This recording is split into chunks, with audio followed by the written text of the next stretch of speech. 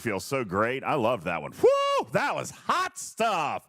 Aloha. Welcome in, Retrieving Mad Hatter. How you doing? Grouchy. Hello, Ostis. Hello, Tony Pie. Thad, Alex. How you doing? Good evening. Ben to the Robot. Scud Missile. Tony Pie, what's going on? Welcome in. Okay, this one doesn't feel as good. Let's try this one. Let's try this one. Tarpy, I didn't like the second one as much. Ooh, this could be fun. This could be fun. Boom. Boom. That sounds like you're farting. Boom. Boom. Boom. Hey, J-Babes. Hey, Sugar Red. Hey, Shelby. Stealth Monkey.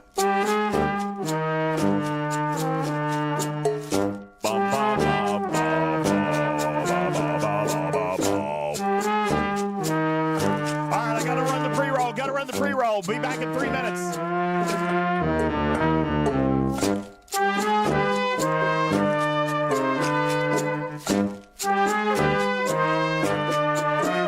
All right, that one was fun. I want to change it again.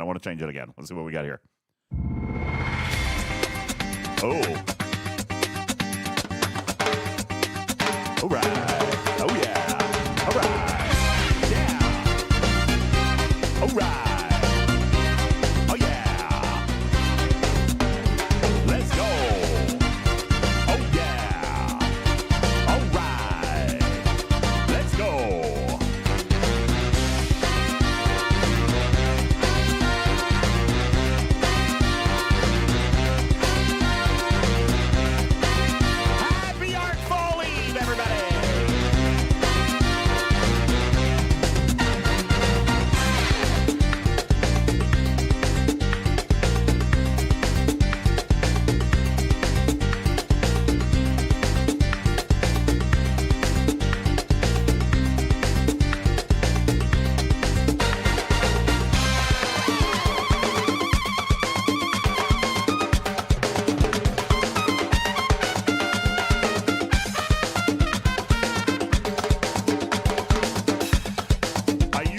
Play trumpet like that.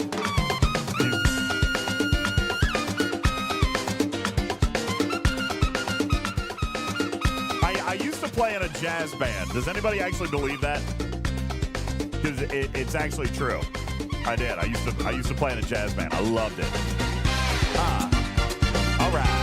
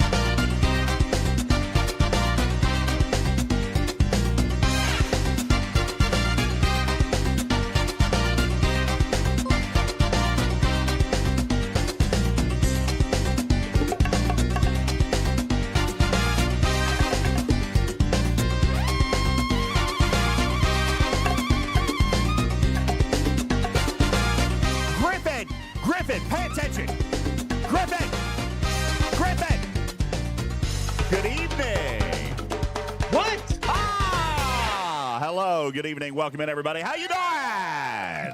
I'm trying to decorate for my station here. You're decorating your station? Do you know how many freaking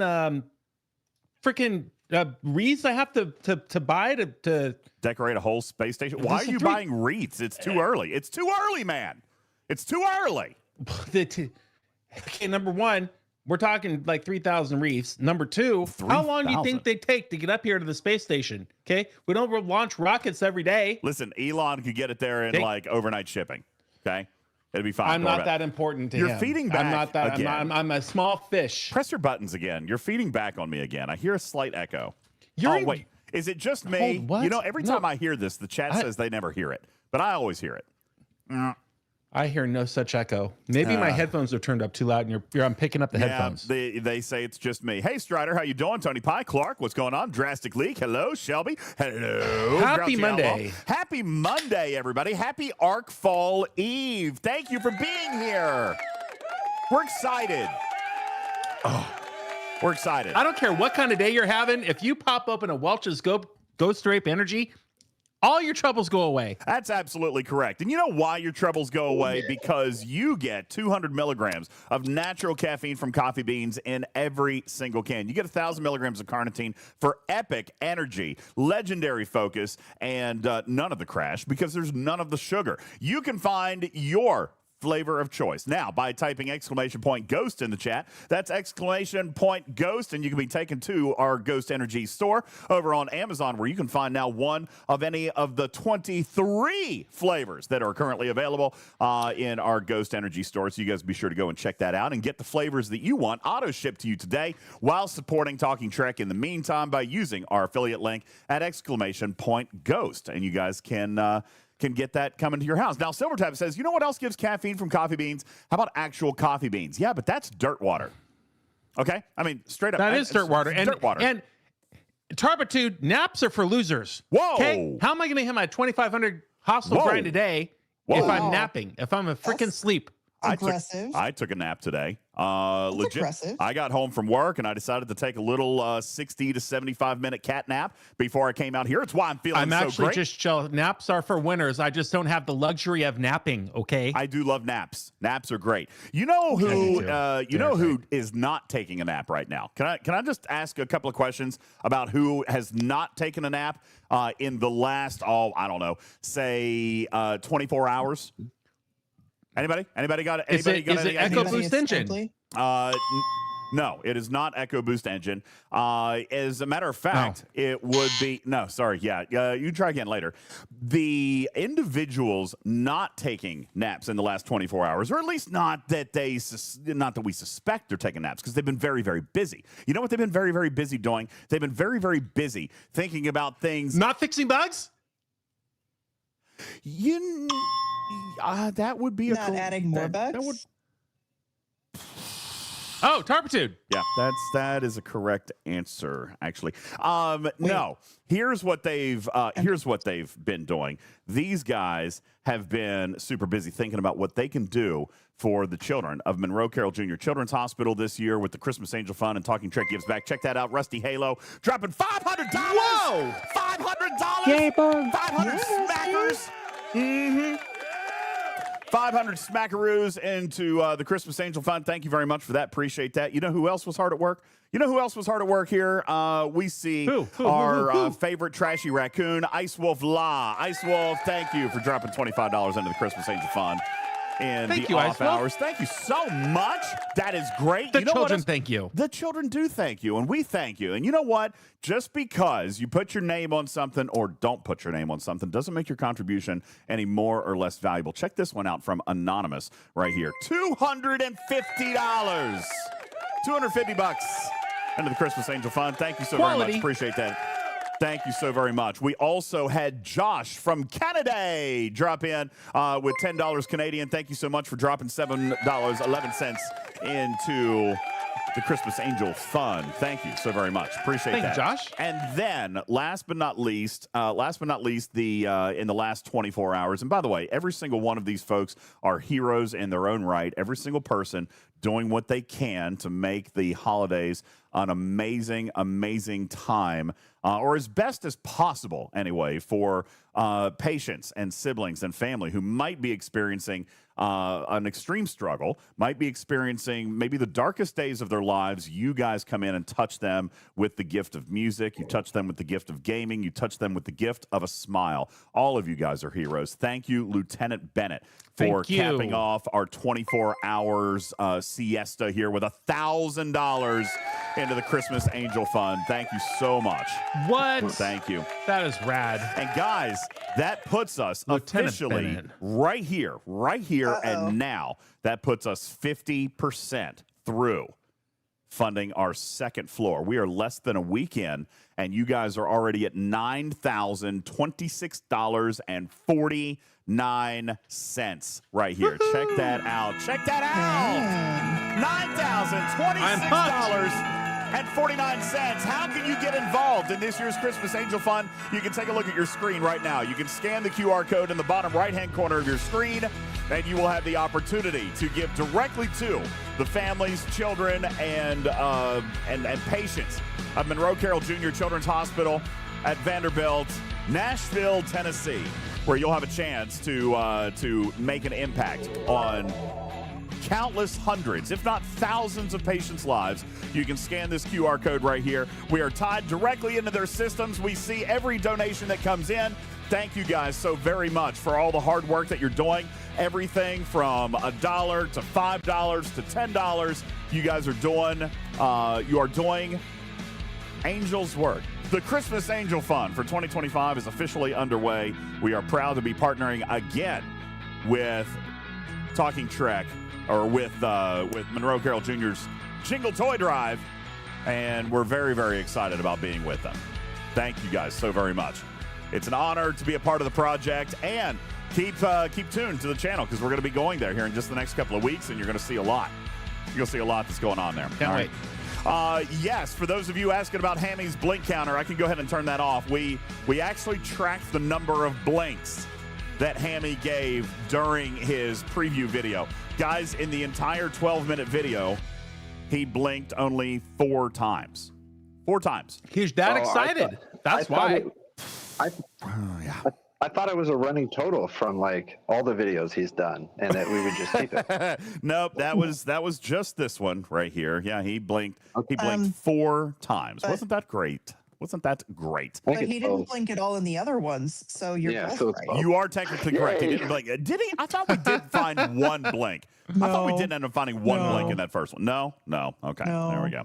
No. Also, that was a wink. He got something in his one eye. I got and you. just the one closed a little. There you go. Yeah, I will point out here that this is Monday. This is a bonus stream night, Tarpy. So we're going to take that total from 11 down to 10. Thank you very much. Where's Loston? We need to up those rookie numbers. No, the numbers are fine. We don't have to worry about that. Listen, we're here tonight to answer questions. We're going to play a little bit of the game. We're going to tinker around a little bit and kind of get some things ready for what we've got going on inside Star Trek Fleet Command in the next, 12 hours, not even 8 hours, 9 hours. We're going to answer your questions in chat. We can do that. And we do have some battle passes to give away, which means towards the latter part of our show tonight, we are going to jump into a little bit of Fortnite. We are very, very excited about the new patch that is currently downloading on my machine right now. So, I took a gamble on Mountain Internet today. I personally love the D. Not my voice.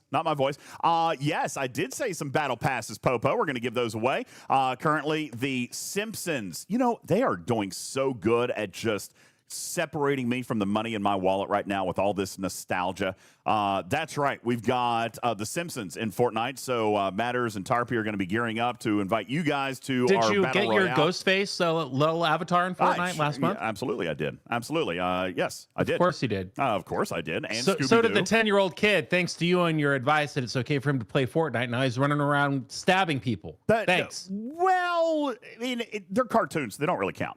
Okay.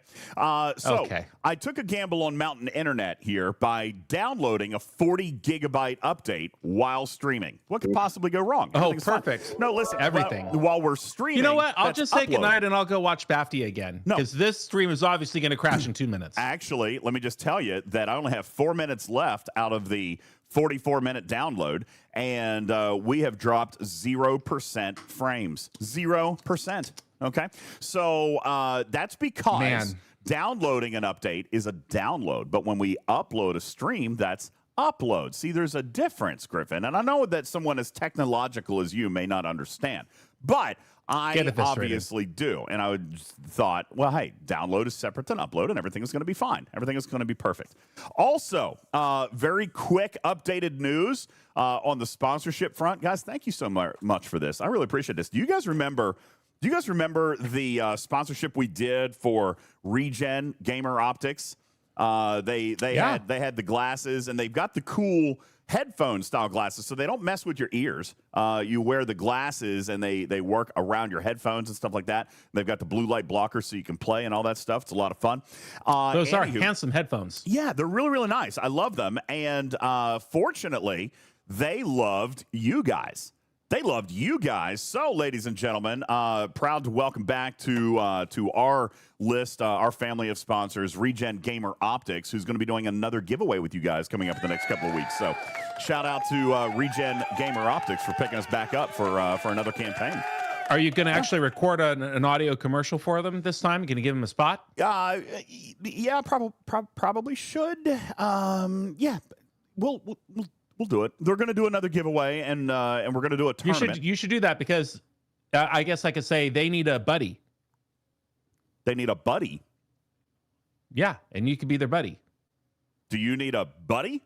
And kind of like if you needed a buddy, well, then buddy was your guy if you were involved in some sort of horrible accident in Georgia, right? In Georgia?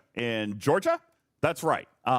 Regen Gamer Optics can be your buddy, and we're going to talk about them coming up here. They're actually sponsoring a community tournament. They want to do a gaming tournament here on the channel, which I think is going to be a lot of fun. And they're going to provide Regen Gamer Optics products as the prizes for the tournament. So that's actually going to be a lot of fun. In the meantime, good. Yeah, listen, don't buy them yet, Sydney. Don't buy them yet, Sydney, because we're going to get a link. We're going to share that with you. That way we can track our progress with the campaign. But you can do a little bit of shopping. Sponsors love it when the talent says, don't go buy their product, by the way. Just keep repeating that. Wait to buy their product. Wait to buy the product until we run our campaign because, now listen, you can absolutely check them out. You can go check out their website and do a little bit of Christmas holiday shopping. All right, they've got great products for all of the gamers in your life. That is Regen Gamer Optics. That is regen-optics.com. You can check out what they've got going on over here. Still riding out the Halloween theme over here, but they've got a ton of different lenses, a ton of different frames, and we're going to be showing you guys some more of those and doing a contest giveaway here in just a little bit. But we will have a link. So take a look at the products that you would like. But we're going to have a very special discount code and a very special campaign for you guys to buy your holiday Regen Gamer Optics coming up here in just a little bit. Okay? See? Very cool. There you go. Good job, DJs. Way to lock that sponsorship in. There you go. Check them out, Regen Gamer Optics, and you can find them at regen-optics.com. All right. In the meantime, we've got some stuff to do inside STFC, prepping for Outpost. And I would like to take this opportunity here this evening. We're going to rapid fire this show tonight. We started late. I took a cat nap. Oopsies. I took a cat nap. Didn't mean to. Slept a little later than I wanted. My bad. Sorry. Apologies. I didn't know you guys started a hype train either. Hey, look at that. You guys started a hype train. 45 seconds left. There's a hype train? Yeah, there's a hype train. What? 45 seconds. I missed it for 3.5 minutes. I missed it for 3.5 minutes. Clark, I agree. Daylight savings time just absolutely messed me up, man. I'm tired. I was driving home, and it's dark already. I'm driving home, and it's dark. What the heck? I don't like it. 30 seconds on the clock. Hashtag blame pack. Every bit of it. 20 seconds on the clock. 25% through level 1. Thank you, guys. If we get to extend that, the clock will reset, and I'll talk. Look at that. There it goes. Griffin, Woo. Thank you for the 10 bomb. Just in the nick of time. Sneaking in there under the wire. Thank you very much for that. So we'll celebrate. You know what? Let's play some more of that amazing music. I really had a good time with that opening music right there. That was fun. Okay, wait, we're gonna rapid fire the show, but let's pause for a 5 music interlude. First of all, no, we've got to rapid fire the show tonight. However, we got to celebrate the hype train that's happening in chat right now as well, right? Got to do that. Listen, we are going to rapid fire the show tonight. I took a nap. Didn't mean to be as late as I was. Am I cracked? No. Excuse me. Are you sure? I am not cracked. For some reason, I'm not shielded. Don't know when that fell. But it looks like I've not been cracked. So that's good news, right? That's fantastic news. Yay me.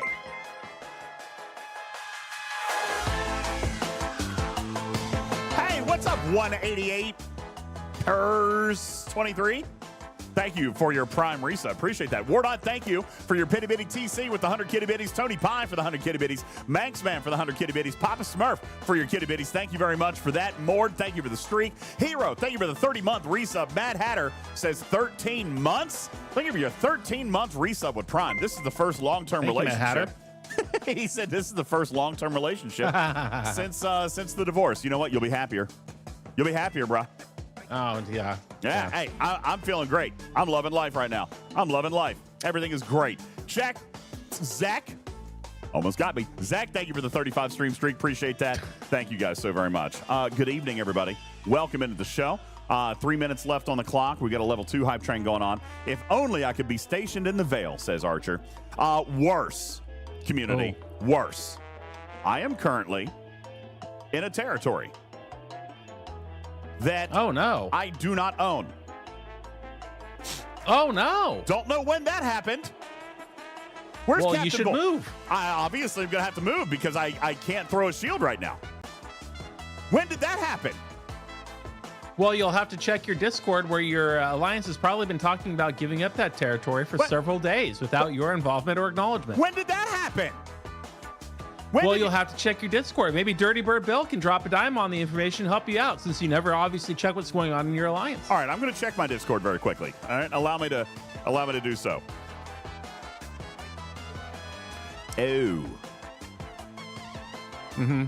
Okay. While you're checking your Discord, and I'm verifying on stfc.pro that you are still the 4th worst Ops 71 player in the game, I just realized that I'm ranked 91 power in the world, and I'm about to catch Jonathan Ingram. How about that? I am going to demonstrate to you. I know it's a small screenshot there, but those are the 59 alliance notifications in, in my Discord that I have not read. There's 59 of them. Yeah, I'm sure that somebody would have eventually reached out and been DJ, like, "Hey, you're wrong with you? You're in the wrong place." All right, hi Thad. I wouldn't. I would let you get rated.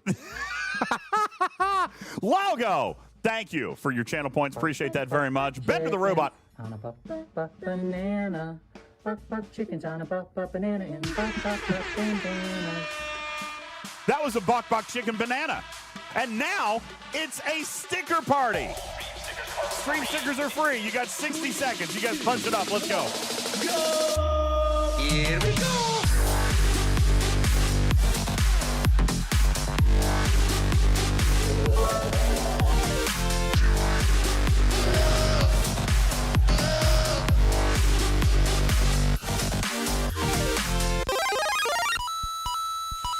Here we go!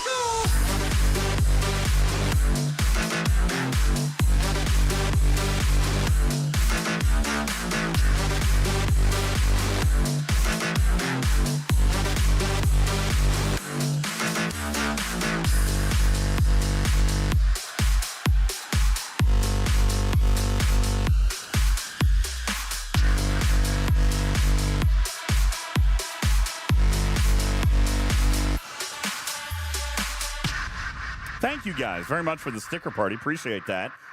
Thank you. Look at all those beautiful, wonderful stickers. You guys are great over there. Thank you. I have since relocated my base, so I cannot be found. Thad, I apologize extremely for missing the Alliance Discord announcement. Obviously, that is not normal. No, you don't. No, that's not normal for me. I always read Alliance Discord. Those 59 announcements have obviously occurred within the last 2 to 3 months. All right. I stay very up to date. I stay the last 3 months. I stay very, very up to date. All right, which is you know what is going on in there. Anywho, we got stuff to do tonight. I have very, very exciting news. Hi, Bill. What's going on? He says that's why I don't live in territory in case I miss a day, miss the territory battle, and then then I'm getting raided maybe before you know it. Well, that can happen, but fortunately, it didn't happen to me. All right, didn't happen this time. But I do have something very exciting to share with you before we start talking about Outpost. Allow me to demonstrate as the stickers peel off the screen. I am going to load up my Crencha, which is now tier 13. Okay, I think I did that. I think I did that a week or two ago. I don't remember. I'm pretty sure that you guys saw me go up a tier. I'm tier 13, but was still only able to get 3 hostiles. I'll still only able to get 3 hostiles. Very sad.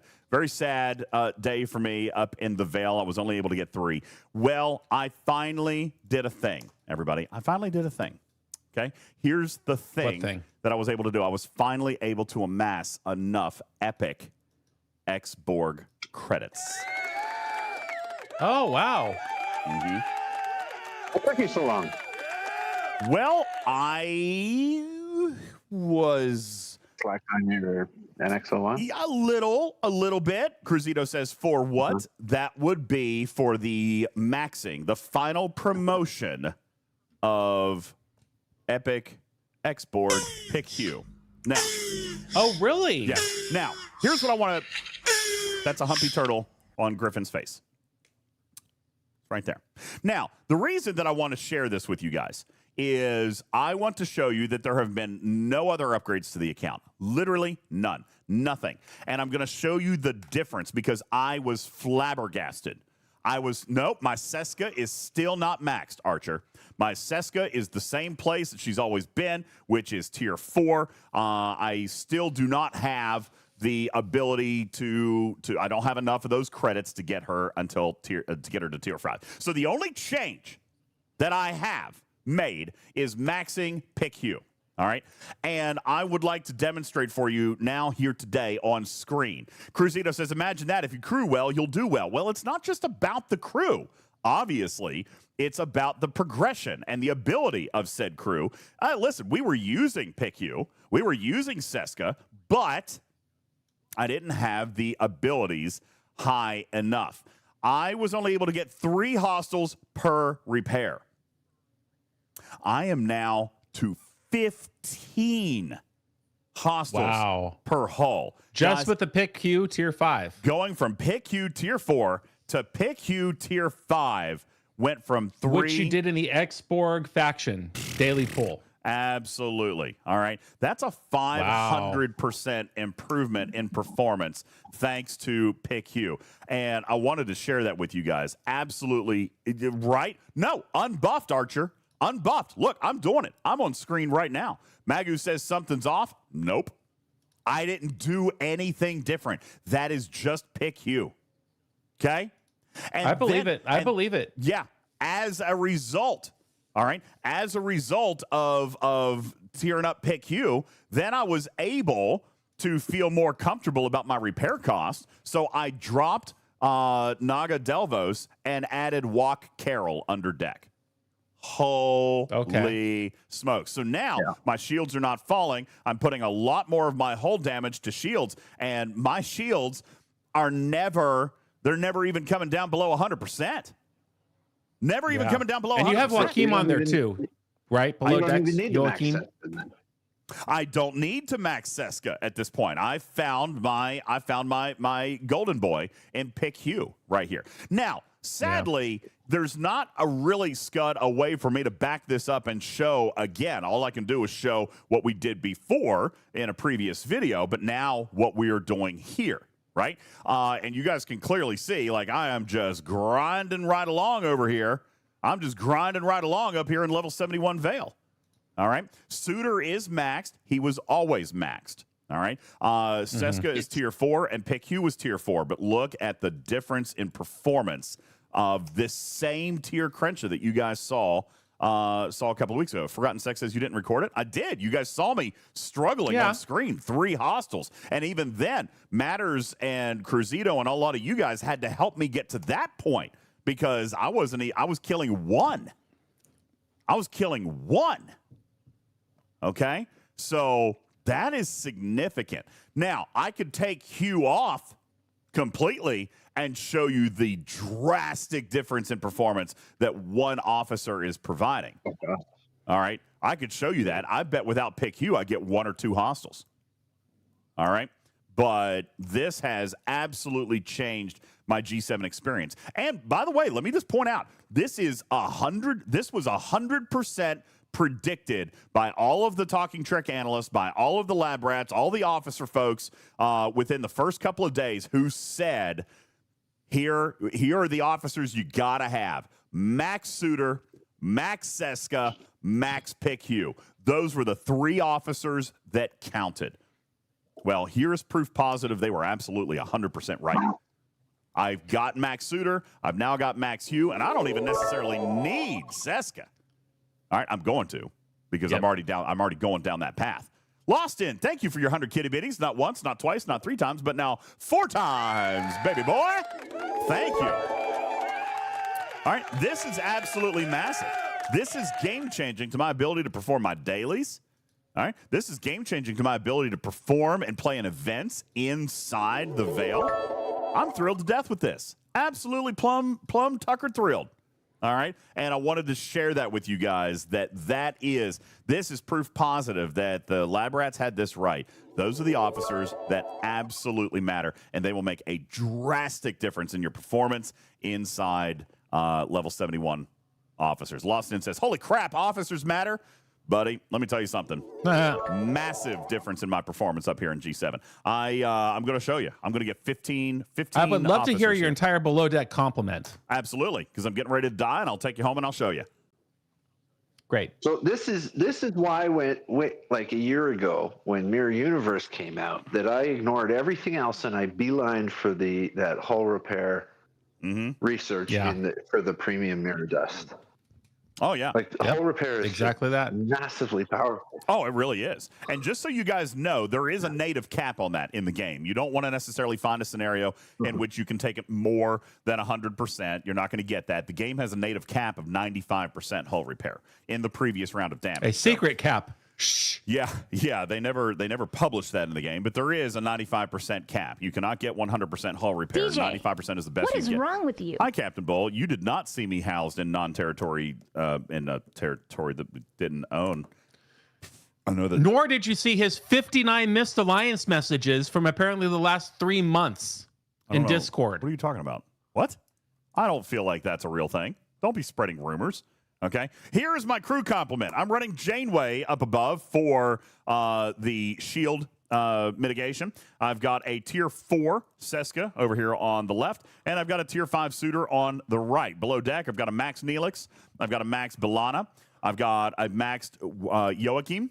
I've got now a maxed Pick Hugh. I've got a maxed Harry Kim, and I've got a mere tier 3 Watt Carroll.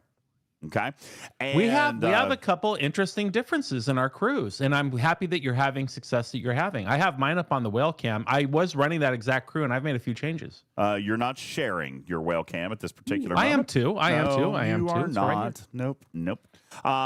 Sydney says, "Yo, Griffin went to Op Twitch, 70 fix last it. night. Went to Op 70 last night. Congratulations to you, Sydney." That's not it. That's if I don't definitely open not it, then later I can claim ignorance, right? Now let's take a look at the log here and make sure that I'm not misspeaking. Let's see. Here we go. There's 1, 2, 3, 4, 5, 6. I lost count. 1, 2, 3, 4, 5, 6, 7, 8, 9, 10, 11, 12, 13, 14, 15. Oop! Looky there. I squeaked a 16th out of there. I squeezed Good for you, man. That's 16th a officer. huge improvement. It is a massive improvement. Now, the chat says we can do even better. We can do even better. I believe that they are right. I believe that they are right. I was running that crew, and I've made a few tweaks, and now I'm killing 12 74s with this crew. Well, we're going to give a shot to Strange New Worlds Mbanga here on the captain's chair. Matters, why would the chat... No, see, that's... Let's try. Matters, why would the chat ask for Strange New Worlds Mbanga as captain? Can you explain it to me? I assume that they're doing it for the mitigation because you're already not losing your shields, so you don't need his officer ability. Well, I'm not losing shields. Yeah, so the officer ability doesn't necessarily make sense. You think it's the mitigation that they're throwing? Lost In says because they're wrong. Okay, we could exactly. They're wrong. We could take a look, and Sydney says try Black Ops and Mbanga. Are we going with Black Ops and Mbanga? Well, nope. He doesn't have a captain's maneuver, so I don't know if I feel right about that one. Okay. Archer says you guys got to go back further than that, way further than that. Yeah, but what's his officer ability? If you have 3 powerful enough officer abilities, it doesn't matter if you don't have a captain's ability. Well, all right, right? fair. Like a lot of times we'll pick a captain and their officer ability is not doing anything. Like 90% of the time people are using Strange New Worlds Pike or like Black Ops and Benga is a Suliban officer ability, so that doesn't seem like that's going to make sense. Useless. Yeah, it doesn't seem like it's going to make sense. Now, some people are saying, let's go back to the original Chang. All right, I've seen this. I've not tried Chang. We can try Chang. We're going to run back up there. We're going to give Chang a go and see if we can get better or worse than 16 hostiles. All right, while we are trying to don't leave yet. That's not the only. What? You never put up the whale cam. You are dirty. Sorry. You're. There's whale cam. There's whale cam. Okay, there you go. So you got filibustered. All right, so you've got. See, here's why I don't have Savick down there. Damage output really is not the key platform here. It's mitigation. All right, mitigation, shield mitigation, isolated defense. I don't feel like we get a ton of effectiveness out of Savick. Okay, so I tried McCoy on there and I tried Savick on there, and I did better with Savick. But you know what? That could be Lazy Chang getting me at the wrong time, because Lazy Chang, like Lazy Miles, if you get a Lazy Chang, you're not going to do very well on that particular run, and it's very possible. Well, as you see in his particular ability, he does only have that 50% chance of what he's up to the party to do, which is delay the shot for a round. So if he doesn't show up for you, that could be the case. I could have just got lucky when Savick was on deck and unlucky when McCoy was on deck. Well, I will grant you that. And I want to point out, a lot of people have talked about the effectiveness of Chang. Here's the thing. He's very much like the Armada officer Miles O'Brien. He can be lazy. He's only got a 50% chance to proc.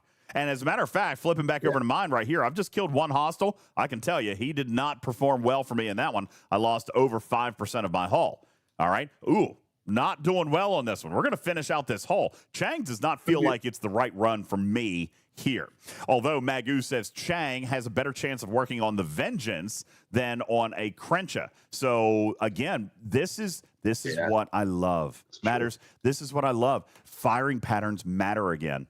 Officer abilities matter again. Percentages count again. Using new combinations of officers, new and old. Seska and Suitor are new officers, okay? Cruzito said the G6 firing patterns are absolutely terrible. Don't disagree. That's why I feel like G7 is an opportunity to come in and kind of reset the clock here a little bit. Reset gameplay if the Vengeance being the first true, not a G7, but really a G7 ship. And we are seeing officer combinations from years ago, all right, some new, some old, that are working really well. That's fantastic. SNE says Janeway's cap works very well for me. I got to be honest with you. That appears to be working much better for me. I'm not going to get 16 hostiles out of this run. That's not going to happen. Interesting. That is very interesting.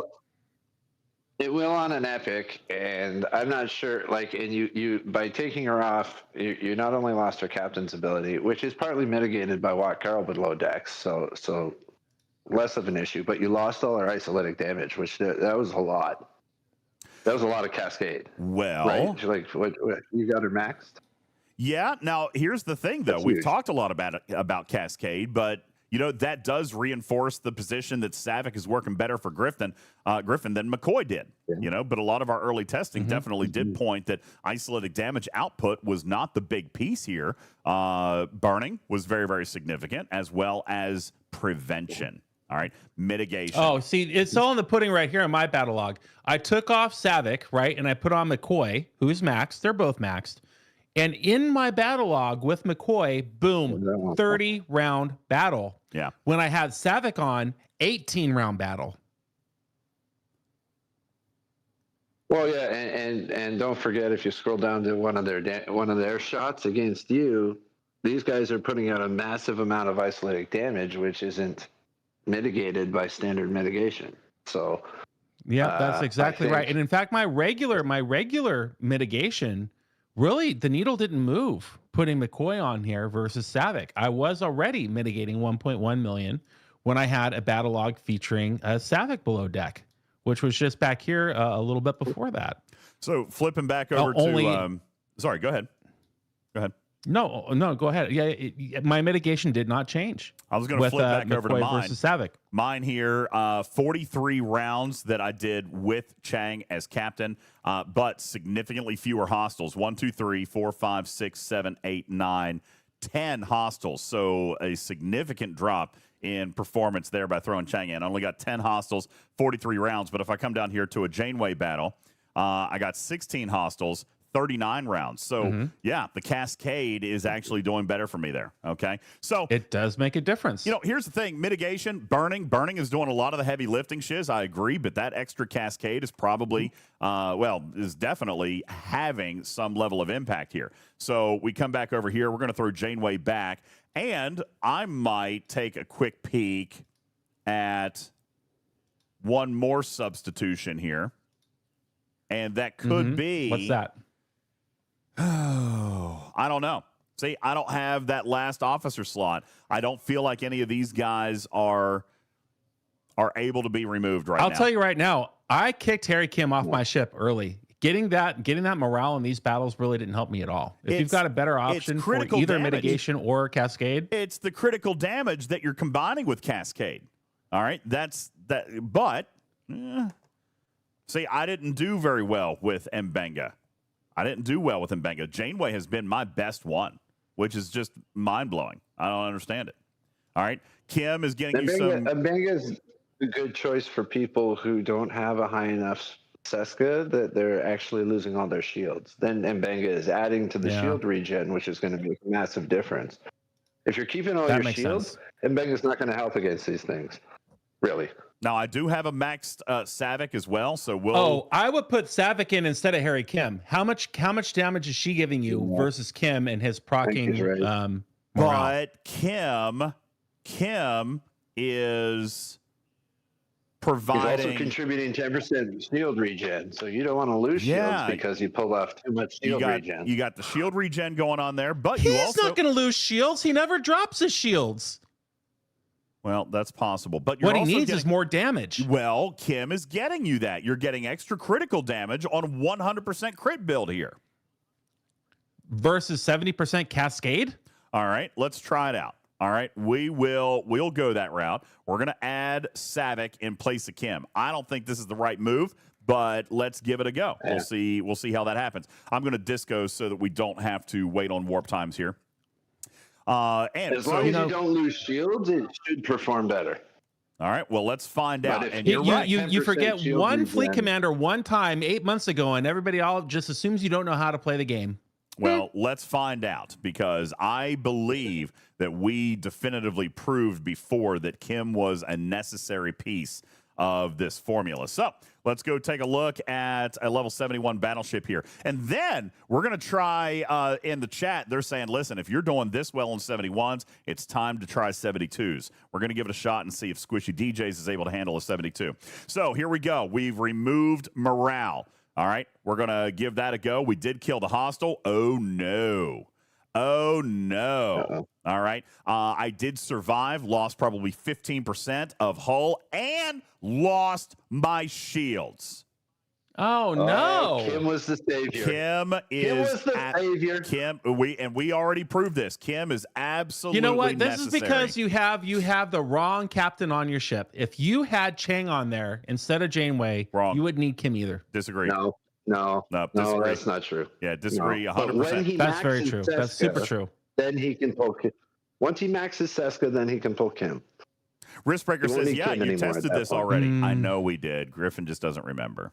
It's okay. This is the formula. So I don't. Your results are different than mine. Well, now Cruzito would point out that's what's also beautiful about G7 is that your results are going to vary on a lot of things. Research, ships, what ship you're using, the firing pattern. He's using Vengeance. I'm using Crenshaw. A lot of stuff matters here. That's right, Sherlock. Your mileage may vary depending on what you've got going on. What's working for Griffin is not going to necessarily work for DJs. Me. Yeah.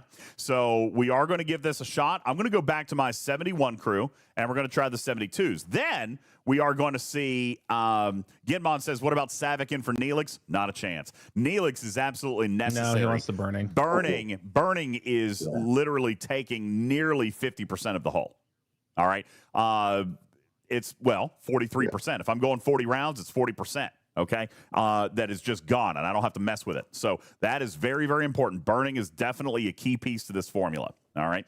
So, and that is preventing a lot of time for me to spend chewing through 40% of that hull. Now, there are chaos techs there, right? There are chaos techs that we could take a look at. If you don't use Neelix, you could use the execution post. You could do that and use that instead of Neelix. That's absolutely a possibility. That would buy me an extra underdeck slot. So we could look at doing that. But if I do that, I'm losing some barrier, and I'm losing shred. Do these hostiles have Apex barrier? I believe that they do. They have everything. They do. They have Apex barrier of 450%. No, they have shred and barrier. Sorry. They have shred and barrier. So I'm definitely... They have everything. Yeah, they've got it all. So the Apex barrier, I'm definitely going to want to use a little bit of shred in there. Okay? Absolutely. Let's go back to the formula that we had, the formula for success, and I will fly up to a 72. That's not happened yet. Let's fly with the 71 crew to a 72, and then we will take a look at potentially changing the captain around. We'll try Chang again. We'll take a look at Mbanga. We'll see how that may work here in just a second. So let's disco on over to this system, and we'll see how this works over here based on chat's recommendations here to see if this crew is going to hold against the 72s or if we're going to have to make a crewing adjustment. Okay? Whoopsies. I love it. All right. And in the meantime, we are going to invite you guys to be thinking of your questions on Outpost so that we can answer those in a community town hall forum here. Just coming up a little bit. Coming up at 11, we are going to raid over to Scribbler for the Warp Drive 5, but we will likely stay here for a little bit and transition over into Fortnite so we can give away some battle passes, and then we'll raid over to Scribbler a second time later in the evening. Nuba says, what's the time now? 10:11 p.m. So we got 49 minutes. All right. Now, we're in the level 72 system. Let's take our same crew and try a level 72. Oh, I don't think I killed it. I did not. That was one shot, one kill right there. One shot, one kill, and I did lose shields. All right. Seska, not powerful enough here. All right, tell you right now. Got telling you right now. Doesn't matter if I have Chang as captain. Doesn't matter if I have Mbanga as captain. I'm going to need a max Seska to make this work. But we're going to give it a shot anyway. Okay. Webster says, "Yay, the world isn't completely messed up. DJ's still squishy. Come on, man. Come on." All right. Hey, you work in the morning, don't you? Do you want to record another Talking in Cars on the way to work? We could. Last month was very, very popular. Yeah, you guys enjoyed that last month, didn't you? We could do that. Hey, Jason V-Neck, what's up, super friend? How are you? Appreciate it. All right. What did you guys want to try to run here? Chang as captain? All right. I don't think this is going to work. Yeah. I don't feel like this is going to work. Cruncher. I don't feel like it's going to work, but we're going to give it a go. With the firing pattern, you've got a bunch of rounds where you don't even get your shot off before they get all their shots, and he's doing nothing even if he would That's proc. right. All right. And because it's only one shot per round, you have literally a 50% chance per round for him, whether he procs or not. Whereas the Vengeance, at least he's got a few chances to bump no off. Dice. So that is death. Yeah. Oh! Yeah. Oh, I did get it. Holy smokes. And you really got it. I really got it. Here, let's turn off the QR code for just a moment. Check that out. Wow. All right, let's check the battle log on that. I'm just going to sit down and be right yet again, right over here. 7 rounds. Holy lordy. All the time. And when you scroll through, look at all the 0 damage shots he did. All right, let's take a look and see. We still have Pick You in there. That is not a real 0 shot. 0 damage. 0 damage. No, what are you talking about? There's no 0 damage shots. You're talking about from the target, right? Yeah, none of these are 0. What are you talking about? Well, I already saw one, but keep going down. There will be many more as you get later in the log. So far, no go. Nope. There's going to be more. There's going to be more. Now, wait a second. Doesn't he? There's a reason why you survived 57 rounds. Doesn't it's this? Isn't Well, Chang it's is not zero not damage shots. Yeah, he It's doesn't the throw reloads. 0 damage. He changes their reload. All right, so this That's is what what you're I looking meant. for. Yeah, he flips his Okay, reload. well, I misunderstood. Never what you said. mind. Yeah, they're not 0 shots. It's a skipped shot, a charged shot. So That's literally a 0 shot. Okay. no, it's not. Not technically. No, it's not. Okay. However, this Okay. this is what Chang is doing here. I see that. When we see charge weapons to 0%, that is a Chang effect. As compared to here a moment ago, we saw charge weapons to 100%. That is native. That's natural. All right. This is just the ship's ability. This would be Chang's ability, firing right here with the 0% charge. So, yeah. Now, in this particular case, 57 rounds, that means burning is doing almost 60% of the damage to this hostile. That is pretty significant. Let's try to hit another one and see how that goes. Does it show you that in the animation in the beginning of the whoop? What are you talking about? What animation? I did kill that one too. In the beginning. Oh, yeah. I'm telling you, you're going to have a lot of success with this crew. I'll tell you, well, I don't know. Not as much that time, though. I don't think so. And I'll tell you why. It looks like I'm going to get 2, maybe 3 hostiles here. Okay? And if I'm looking at points on a daily, that's going to give me 6 points per hull, where I can get 16 points per hull, killing the 71s. Okay? So. And way fewer repairs. Yeah, and way fewer repairs, way cheaper repairs. I did get that one. So that's going to be my third, and it looks like I took significantly less damage. Taking a look at the battle logs here, this was battle number 1. It's Lazy Chang. Yeah, Lazy Chang here. The second battle, he did not show up. Oh, I hit an interceptor. I'm a dummy. Look at that. I hit an interceptor on the second one. That's why. Fault. No. Wrong. No, triangle's definitely better. Look here. So here's another battleship. I only took about 15, maybe 20% on that interceptor. I took. Gosh, that's about. You could have got 50%. 5 hostiles on that hole, maybe 6. Might have. Let's give it another go. Because look at that. Yeah, not good. Yeah, we're gonna die and we're gonna come back. Now it's only +1 per level, and that's why I say even killing 71s is still going to be better. No, that's not. Let's look over here at this one. So earn 50 points. This is the daily event. 50 points by killing faction hostiles in the Veil. 1 point for your level, plus 1 point for a 72. So I'm getting 2 points for a 72 as compared to 1 point for a 71. Okay, so I am going to still get far more points off of killing 71s than I am on 72 per hull. Now, they're saying, please, for the love of goodness, DJ, please try Strange New Worlds and Benga. All right. Well, we'll give it a shot. We'll give it a shot. I am not a believer, but we'll give it a shot. You're talking about original Strange New Worlds and Benga. Okay. If all you needed was a little bit more shield regen to keep your shields up against that 72 that you died against, then he'll make a huge difference. Okay. It'll be massive. Well, let's find out. His shield regen is enough. So here we go. The mitigation is doing nothing for you. They throw too much isolator. Ooh, no go. I did kill it, but I'm probably at 1 per hull, and I lost shields.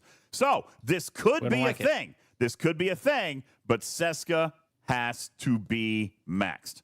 All right? I've got to have Seska. I can kill it, but again, still not economical. I just died. That makes me sad. All right, let's go back to the Janeway crew. Actually, no. Let's go to the Chang crew. You are wrong. Just sit down and be wrong. You are wrong. What was I wrong about? You're talking to Griffin? About disagreeing with me, like always. All right, we're gonna take Chang I'll just back. sit here in the corner. Dang it, that ship died too. Somebody's sweeping the veil. All right, let's head back to where was I? Was it this? No, this system right here. All right, let's go back to this one. We're gonna try Chang, and we're gonna use the triangle to our advantage this time, instead of hitting an interceptor, which obviously caused a great deal of damage. All right, let's bring Chang up. All other things being equal, and we're going to hit battleships. Okay, let's go find Federation battleships. Here we go. Make sure this is not one of the ones already damaged. It's not. Forbidden Tech, I'll have to go back and check. I can't remember. Hold on. And look. You really want that what's it called? You really want the Cascade. slipstream. Don't have it. Don't own it yet. All right, I'm working on it. What? But I don't own it. Okay. Well, do you have the execution post? Yes. Why don't you put that on there? To replace. What level is your execution post? It's maxed, so I could replace burning. I could replace perfect. Neelix with that. Yeah, it looks and like do you're more right. damage. Probably going to get about 4, maybe 5. We're going to see how this last one goes. We've got 3 under our belt here so far. Oh, I'm not going to spend on it. It's grindable. I'll get around to it. But if we do... That's fine. Now, do you think... Oh, I don't think that was a lazy Chang right there. See, I also don't like that. I don't like the inconsistency. We're going to take a look at this. I understand that, and you're right. I will agree with you there. However, all things being equal, even though Chang does get lazy every now and again, for me, he's still the best option.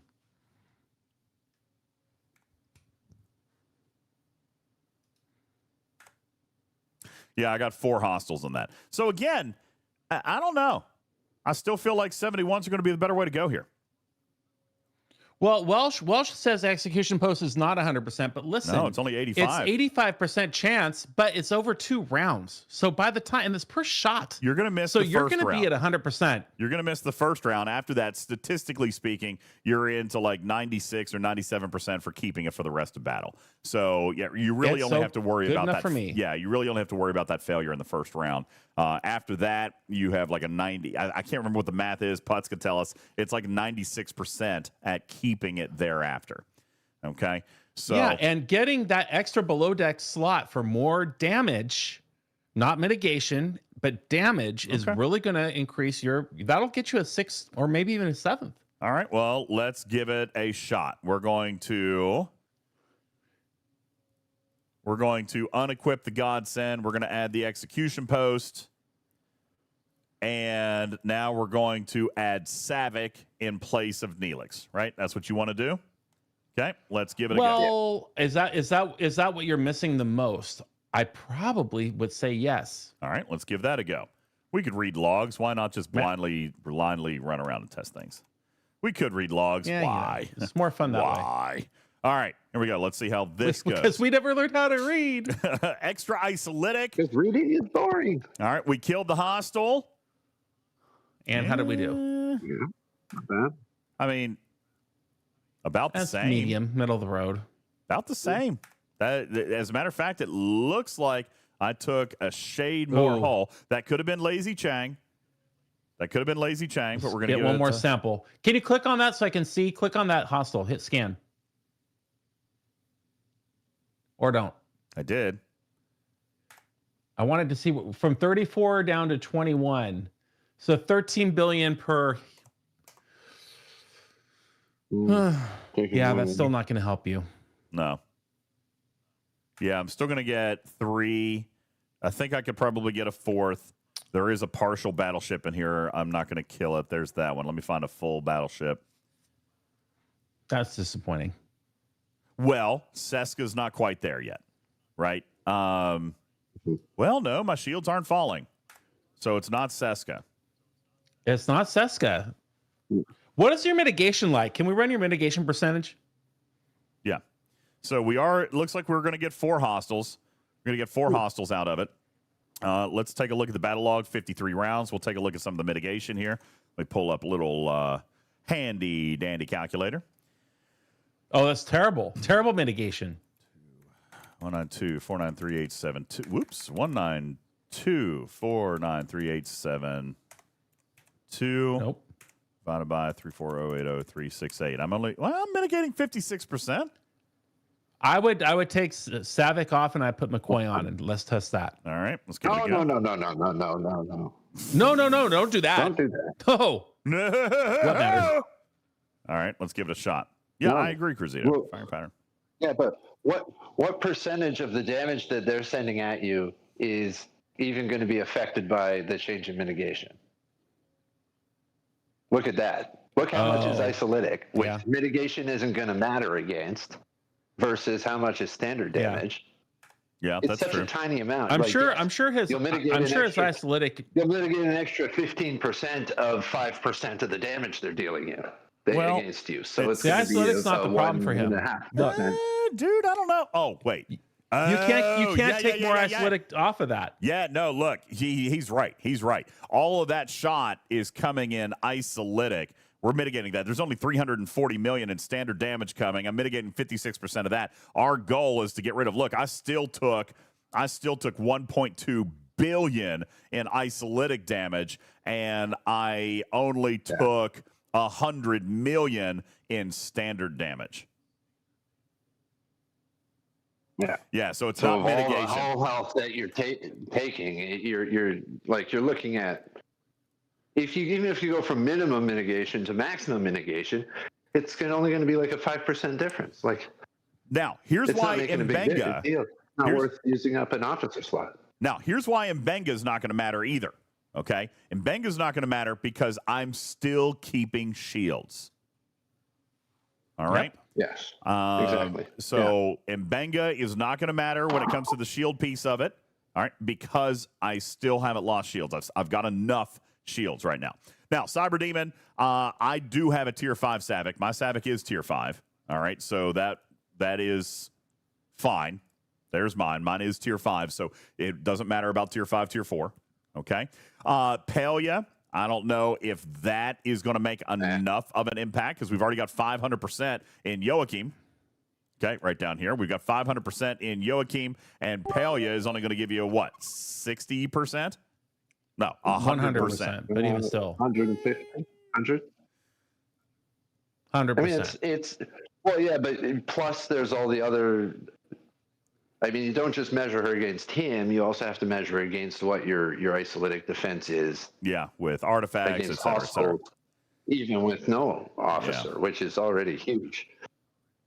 So it's Kim's already on there. We don't need to switch Savik for Kim. I still don't understand. I wish you would tell me like I'm a 5-year-old one more time in that battle log why we are focusing on mitigating more isolytic damage, because I thought I saw 18 million or billion, whatever, dealt, but 17 billion mitigated.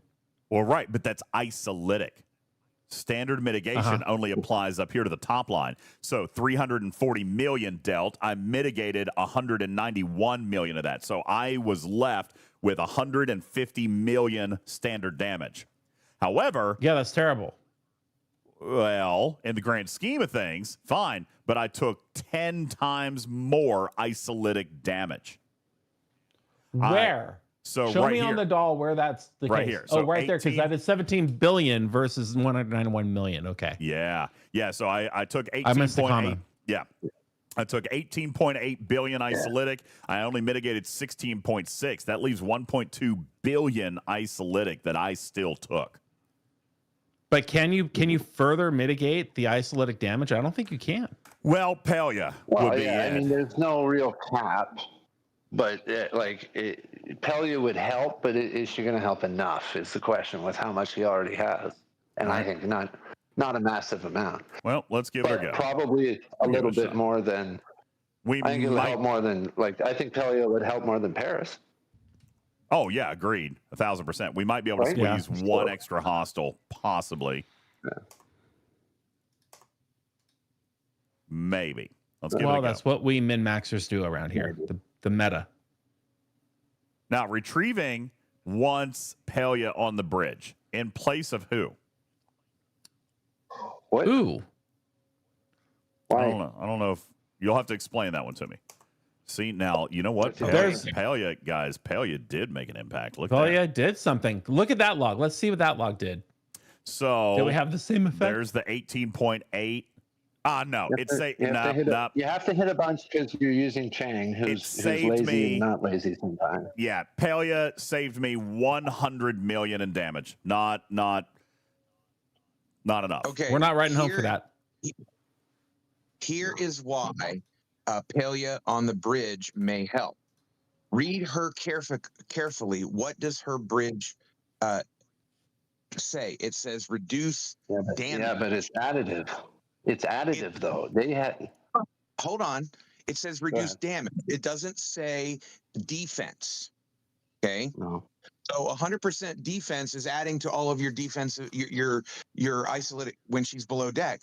But 30% reduction, if you could up that to 100%, you are reducing her all the isolytic down to 0. So you're going to take 80% off the top, I do believe. Now Matters, tell me why. Well, hang on. how I- Quit talking over each other. I'm the only one who can do that. All right, let's look at Pelia first.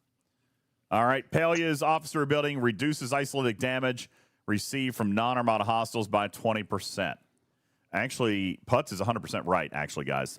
Go back to when isolytic first came out. There were 4 variables. Okay? Magu says he's not right. Okay, well, I'll sit down. Yeah, he's not right. Reducing... Because the ship ability is a 5,545% increase to isolytic damage. So you're reducing 20% off that. So it'll reduce it to 55.25. Oh, yeah. This is not net. This is not net. So I see what you're saying. Right. So what we're looking at here, let's go to one of these hostels. You're referring to the fact, right here, increasing isolytic damage by 55.45. We're going to reduce that by 20. So we're gonna have 55.25 left. Well, yeah, okay. Show me an officer that gives me a 5,500 reduction in isolytic. That's not going to happen. So that's correct. Sorry, okay, I did not know. But hey, I do want to point out you are absolutely right in the mechanic.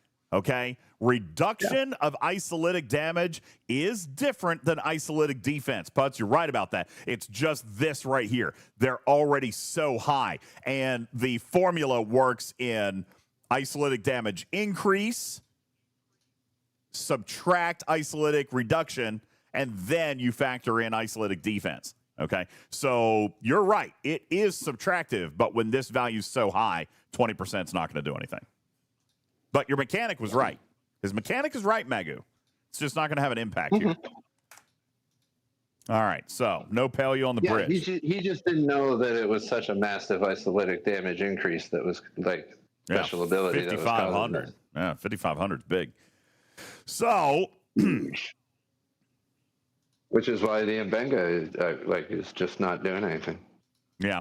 So this leads me to believe that for now, my home is in the 71s. My home is in the 71s, and it looks like we had the crew pretty much figured out over here because against the 72s, my shield was dropping, right? I didn't have enough shield to withstand the 72s with Janeway, which basically means that she is null and void. We're going to demonstrate that one more time here just to make sure.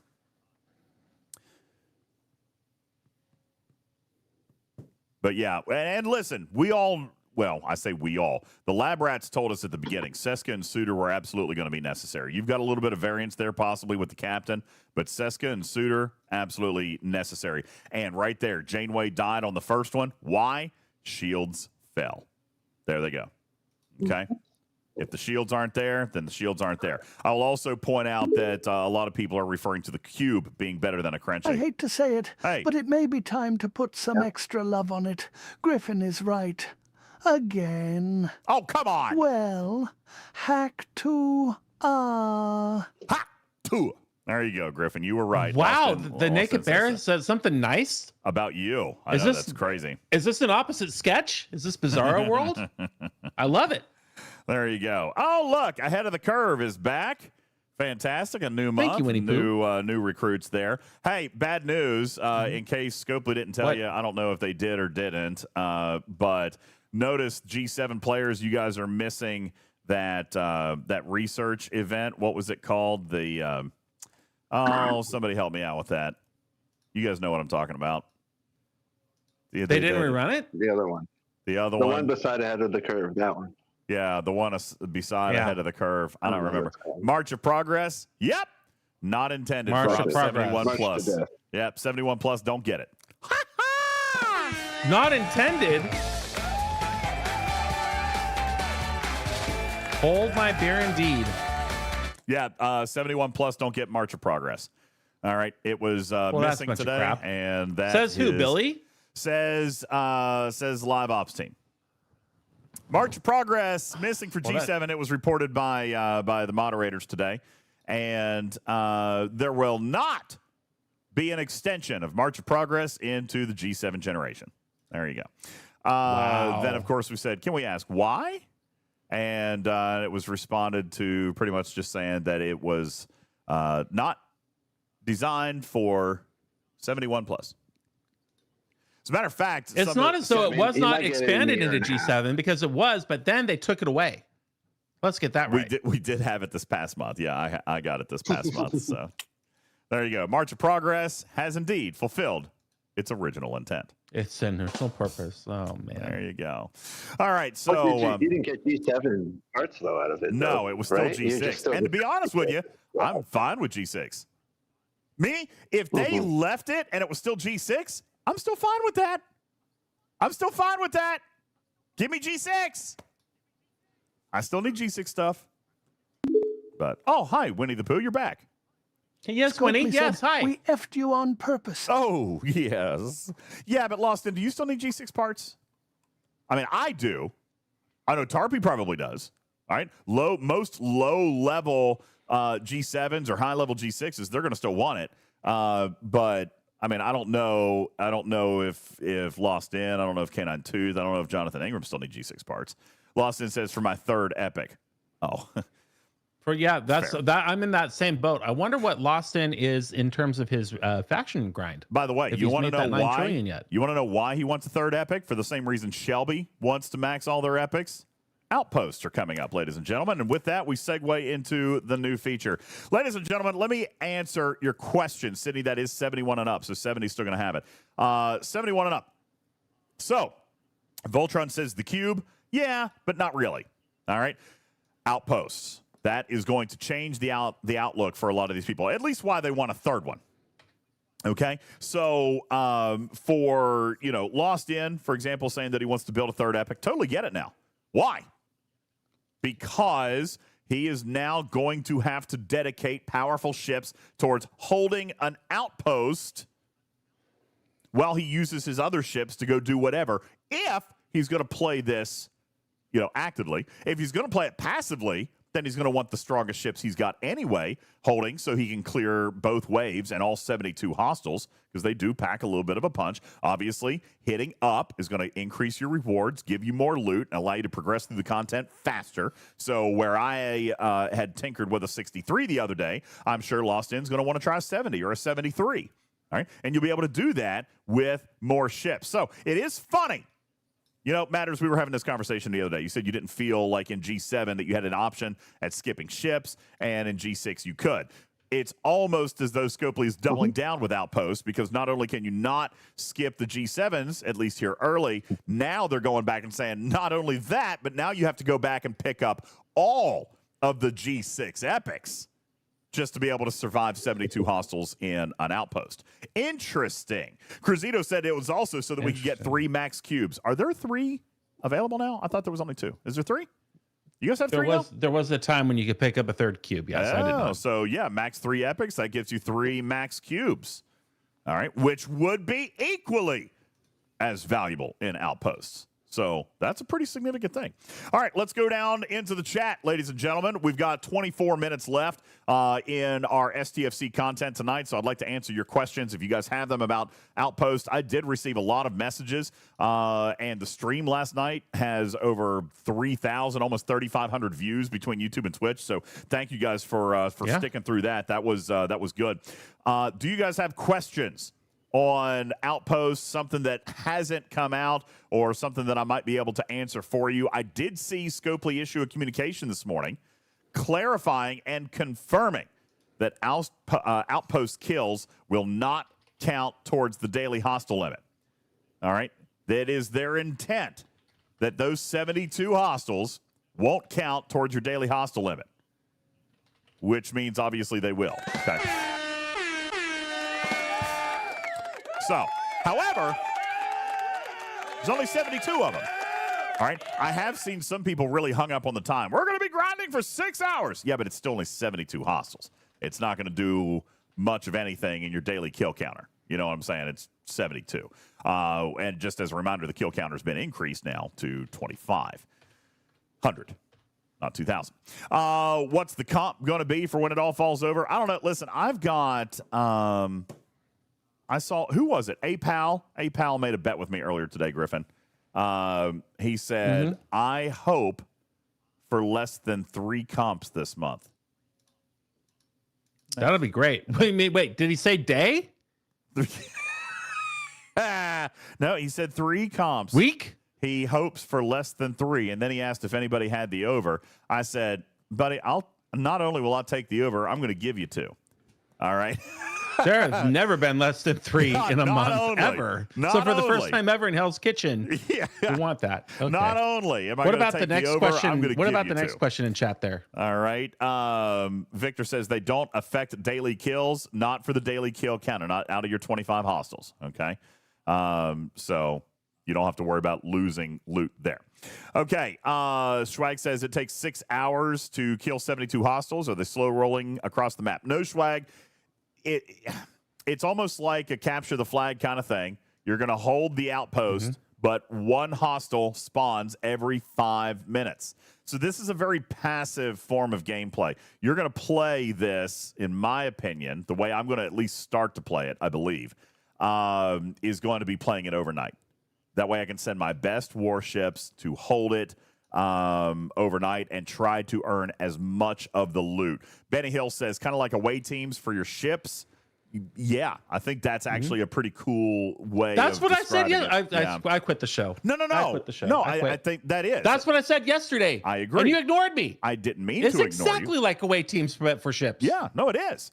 That's exactly what's going on here. This is away teams for ships, and it gives you things to do with other ships that you're not normally using while you're out there grinding. And while the away team is away and you're doing other stuff, like DJ said yesterday, a quote-unquote exo comp is being activated, which is the reward for the previous buffs that you get to activate when you start your little tower defense game. So it's like combining away teams with exo comps for your ships instead of officers for you to go and have happy time while you're playing during the day, or for you to have other sleepy happy time overnight. It's great. Well, as long as it works, I'll be good.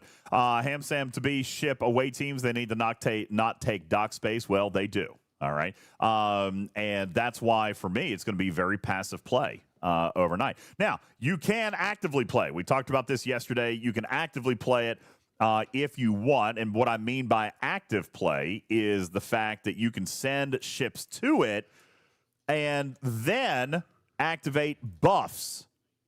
Okay? You can activate buffs that these things will issue you.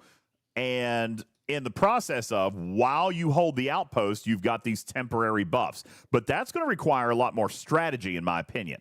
All right? It's going to require a lot more strategy because you're going to have to put maybe not your best ships in there because you want to use your best ships in the activities where you're getting buffs. As a matter of fact, I will tell you, no, there are no speed ups here. Okay? So 1 hostile every 5 minutes while you occupy this outpost. Now, I will tell you, there is one buff that I'm probably going to invest in probably relatively immediately.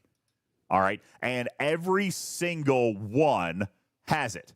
All right? Every single outpost has this ability, which is the Apex Barrier versus Retaliation Hostiles. Okay? We'll put it up on your screen. Ooh. All right. Every single one of them have this. All right. So it is my opinion that is the one that I will invest in while I'm holding the outpost because it's going to allow me to kill more of those retaliation hostiles and therefore earn more currency. Okay. So then, to be clear, to summarize what we're saying, the 2 dots which need connection with the line is that these enemies do in fact count as a retaliation hostile during a capture. Is that correct? Yeah. If we take a look here, and let me flip over to Hammy's video where we actually did get to see, and I'm not going to play any audio from this right now, but let's pull it up so that we can see what some of these buffs look like inside the ship or inside the. Now I'm going too quick here. I'm going to find it for you.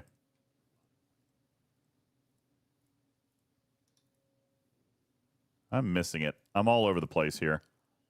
What if while scrubbing you stop on There we him go. blinking? Boom, That'd boom, be boom, boom, crazy. boom, boom, boom, boom, boom, boom, boom, boom, boom.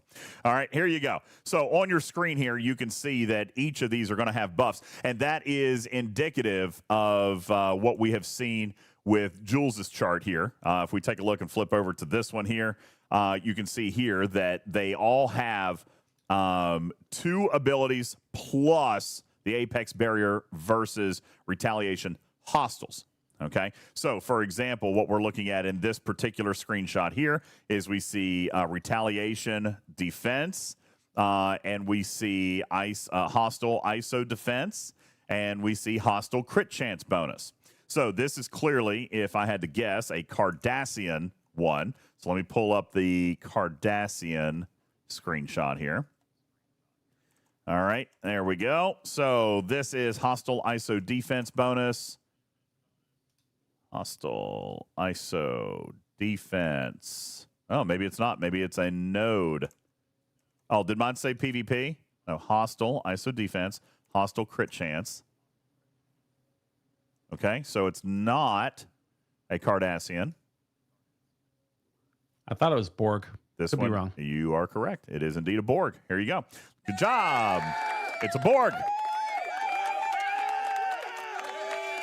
But all of these that help you against the retaliation hostiles, not Borg. only would they be effective for what's happening inside that capture, but also, like if I'm in transition space mining and I have those retaliation hostiles coming for me, that buff's going to work there too, is what you're saying. Exactly. Right? So the premise of this is that these buffs will stay active for you while you own the Outpost.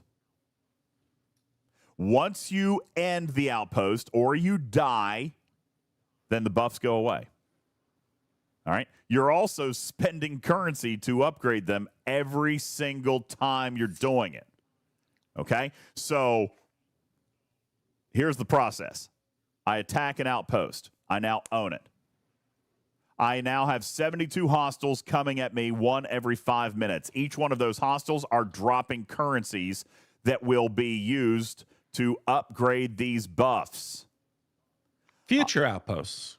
Or the same even ones. during the outpost, you can get in there and you can upgrade it. That's right. Yeah.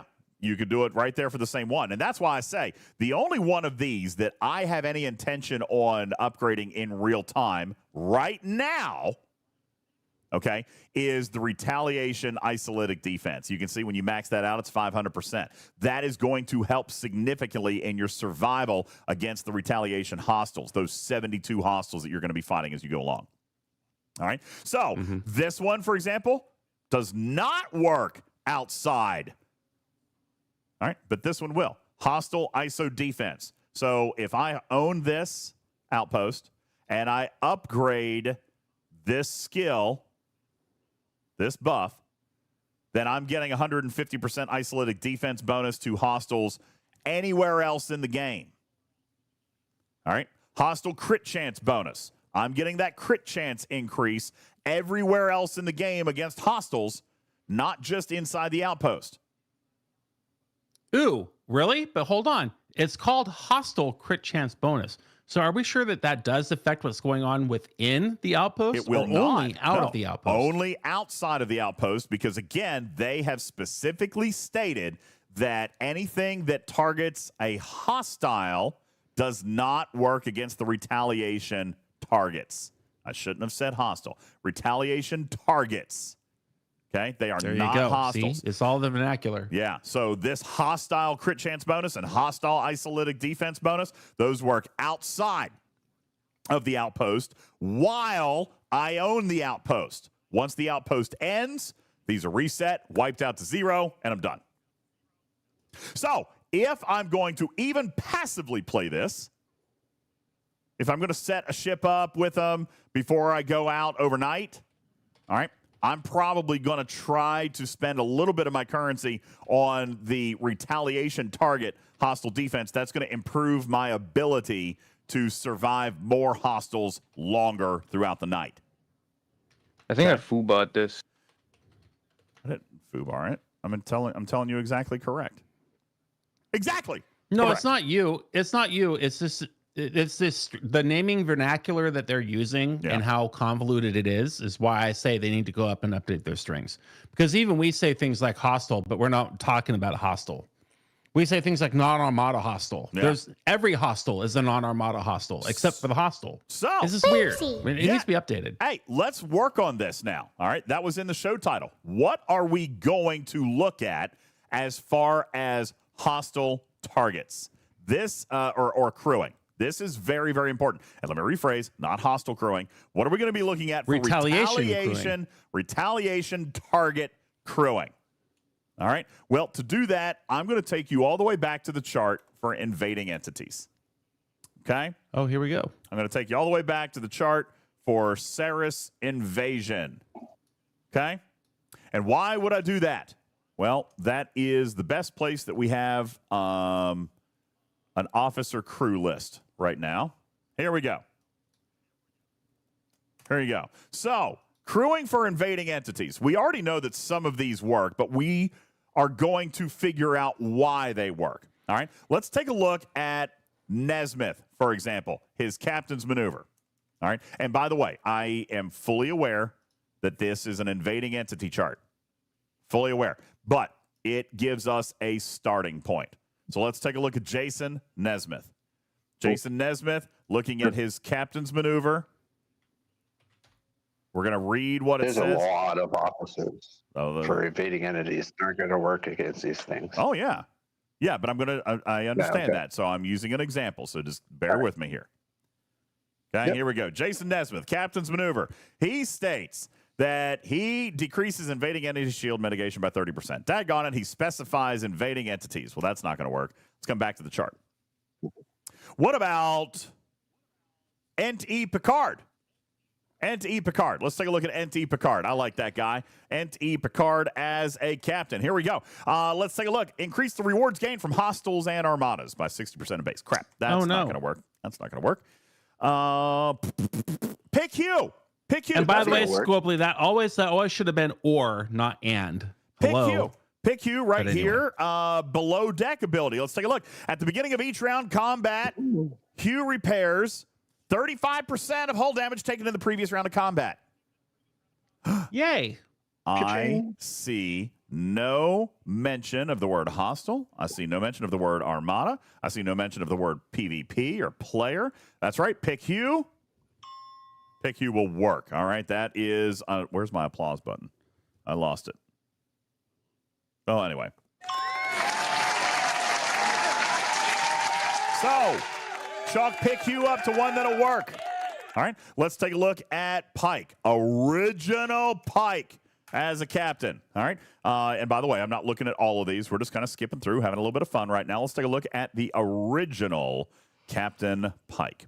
Where are you, sir? Here you are. Original Pike as a captain. Christopher Pike increases effectiveness of all officer abilities that trigger in combat. Works against hostiles 70 and under. Oh, man. Oh. But what about his best friend, Yuki? Oh, man. No, that's not He going to work. works against... He'll work against anybody who's not G7 hitting G7 though. No, because he works against everything else. Nope. Like he's always worked against everything, and they've only turned. He didn't always only work against hostiles. He works against everything, and they've turned him off for hostiles 71. Okay. Oh, okay. My bad. Good call. Good call. Right. Aren't I usually the one shushing you? Let's give that a go. Let's give that. I hate this game. I hate everything about this part of this game. Let's give that one a go. Okay, let's give that one a go. Okay, you just have to remember. The world needs rules, damn it. Rules and guidelines. Yeah. Hey, you know what? Here's a good old classic. Con. All right, let's check out good old classic Con. Is Con going to work? His officer ability. All right, we're going to find where you at, Con? Where you at, buddy? Good buddy, Con. I have obviously missed him. He's a very early officer. Yeah, start by attack. He'll be near the top. First there he is. Keep going. Right. Officer ability. Every time the ship is hit, by a ship or defense platform. Weapon attack con increases critical hit chances by 5%. Is con going to work? Is con going to work? When did they add the words ship or defense platform? I don't remember that. I don't actually remember that either. However, we have already actually proven this one, so don't panic. We've already proven this one. Yeah, yes, he works. Indeed, con works. All right, there you go. Okay. Who I'm counting on is Yuki. I believe that Yuki will be a game changer for this mechanic. Okay, cool. Let's check out Yuki. All right. We're going to find. By the way, 5 minutes till dailies. 5 minutes till dailies. All right. Let's check out Yuki. Ew. And we're looking Daylight at savings. Yuki for the purposes of what? Yuki, Captain's ability. Captain's ability. All right. Let's check it out. Yuki decreases shield health of the opponent's ship by 10% each round based on the vernacular. And again, counting on tooltips and previous ways that this officer works in the game. Will Yuki work? That's a yes. Yes, That is a yes. Okay. Let's take a look. What else we got? All right. Let's take a look at, say, you know who is not in this list? Oh, yeah, they are. Oh, are Who? E. Riker. E. But he Riker. should be. All right, let's take a look at E. Riker. That would be Enterprise E. Riker. Not sure why he's going that route, but let's go E. Riker. Where you at? Con Mr. is on Riker? the list, and E. Riker should be because he does the same thing but better. E. Riker. Unless you're flying a Increased crank critical hit chance every time you score a hit. Ladies and gentlemen, that will work.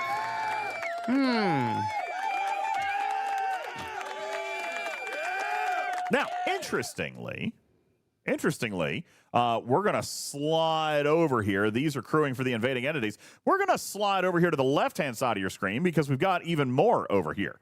Officers that work on the bridge. I'm going to point out your original go-tos. Giorgio. That's Philippa, the original Philippa Giorgio. Nero, and original Kelvin Kirk. All three of those work. Okay?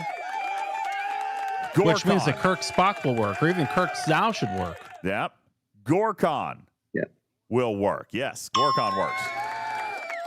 Lorca. Yes, Lorca works. Who? Lorca. I know. Do we know what Lorca? Not exactly sure. No. All right. He's got the office next to me on the We don't space talk station. We had a I brunch don't know today. about that guy. Lorca. Oh, wait. Who are we talking about? Lorca? Lorca. Who's that? Fleet Commander Lorca, my new work best friend buddy. Never heard of that guy. Let's Weird. take a look at another one that was a good call out in chat. I'm trying to find it right now. And he was a very, very early officer. Let's see. That's not the one I'm looking for. Arcady. Vel.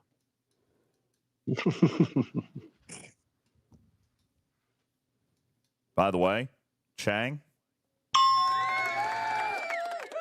Of course. There we go. This is the buddy I was looking for.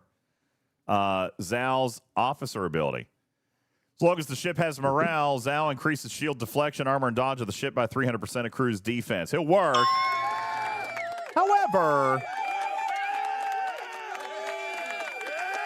However, while he will functionally work because he is a percentage of stats against these targets that have millions and millions and millions of stats, probably not going to be super effective. However, he does work. What about the G5 ones? Huh? What about They're like still, the G5 enemies? they still have big stats. All these have big stats. Big stats. Big. All right. Let's take a look at. Sorry. Well, Would that mean that if you put Gorkon- Kirk as captain with, oh, I'm sorry. Go ahead, Putz. would that mean that Gorkon, Gowron, and Bael would not be useful because they're stat based as well? Well, Well, they're Gorkon. up over 1,000 though. Yeah, and Gorkon's not. the reason why I'm not Yeah. opposed to Gorkon is because Alright. he's a crit chance builder. What Gorkon is not stat based. You mean Gowron. Gowron, sorry. Oh, Gowron, Martok, and Bael. Gowron, Martok, and Bael. Let's take a look at our buddy Gowron. Okay, here's Galron right here. Taking a look, increases ship energy weapon damage. Yeah, that would work. It's 50% of base. That's not going to matter. Increases shield deflection by 14% of 1,400% of total crew health. Increases ship's shield deflection. That's mitigation of only 1 out of the 3 stats. Yeah, I don't feel like that's going to be worth it. Okay, don't feel like that's going to be worth it. But will he trigger? The answer is yes. Okay. Yes. They will trigger. Now, Cruzito asked a really good question. By the way, DJ, are we actually sure that they're going to work this way? Based on the technical schematics of what they have given us, yes, these will function. Okay? Based on the technical schematics of what they've provided to me, they will function. Are they going to be effective? No. We can see right here, Galron is not going to be effective. Okay? Not at all. But he will trigger. As compared to, let's say, as compared to one of our favorites, one of our absolute all-time favorite officers of all time would be, I'm struggling here, B'Elanna Torres.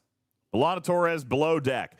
100% chance to apply hull breach to non-player hostiles or armadas for 1 round. Is B'Elanna Torres going to work? No go. Okay? She's not going to work. So none of the Voyager crew will work below decks. None of the Voyager crew. The Voyager crew is DOA here. Okay? None of Voyager. I've got to wonder if you go back to the original Trinity. Okay. Of Sharvanik, Kang, and Marcus. Well, here's all why 3 of them are going to work. They're going to trigger, but Sharvanik is stat-based. At the start of combat, Sharvanik increases piercing of the ship by 1,600% of health. Okay? But it'll be like 1,600% of a million. She will trigger, but no, not going to be. I don't expect her to be very effective. Okay? But when combined with Marcus and Kang, you put all 3 of them with their 1,600% bonuses on the attack. That might be worth at least a look. Yeah, but then you're sacrificing 3 bridge slots. Ugh. Redstone says, what about Javed? Javed? All right, let's take a look at Javed. I do believe that he will indeed function. There's piercing, 20%, doesn't matter. If the ship is a battleship, he's going to increase its armor by 40%. Again, these. No, and that's not going to work. He will trigger, but he is completely inconsequential in today's game environment. Okay? So he's out. So what I find really cool about this, and a couple people have mentioned it in chat, is that look at all of these officers that we don't normally use that could be tied up in an outpost for up to 6 hours. Mm-hmm. It's I'm going to choke nice you. that I'm we're going to not you, Tarpitude. I'm going to choke DJs. What? I know you. I was going to say that is rude. Interesting. Rude. Choke him out. Can we at least get it on camera when we're in Chicago in a couple weeks? What, choking me? Can you wait I will. I'm gonna choke you on camera in Chicago because I literally said, Kirk, hey, Spock, Khan. Kelvin Kirk plus Zhao plus Spock would be a really good thing. I heard you. I heard you. No, That's why I'm here. I would have thought of Kirk Spock. All right, but here he is. All right. Yes, that Kirk, was Spock, Zhao. Put all 3 of those on a ship. There you go. Okay. Now, again, I still have doubts as to whether or not this is going to be a thing. 750% of defense. I don't think this is going to be a thing. But defense, no, it's not. But it's not 5 years ago. The defense is 1.5 million, 2 million. Yeah, but the shield that you have is in the billions. When he said choke, yeah, he totally meant DJs. Yes. And he totally meant it, Itzek. Winnie the Pooh does not like the word king. As a peon. I meant it as a keyonk. All right, there you go. So Now, here's the thing. I did see this comment in chat. Well, we need more dry docks. I don't necessarily feel that way. Here's why. This is a 6-hour thing. It's meant to probably be passive overnight. If you're somebody who actually sends out 8 miners overnight, then that's cool. Once or twice a week, you're going to want to send out 3 less miners overnight. You know what I'm saying? Yeah. I don't think that this constitutes a need for more dry docks. In fairness, I object with you saying that's cool. As a matter of fact, if anything, for some of us simple-minded folk, it's going to it might renew a slight little bit of interest in fleet presets for me. Okay. But no, yes. I do not agree that you need more dry docks in this particular case. Because again, my expectation is that most players are going to play in this like once a week. Okay.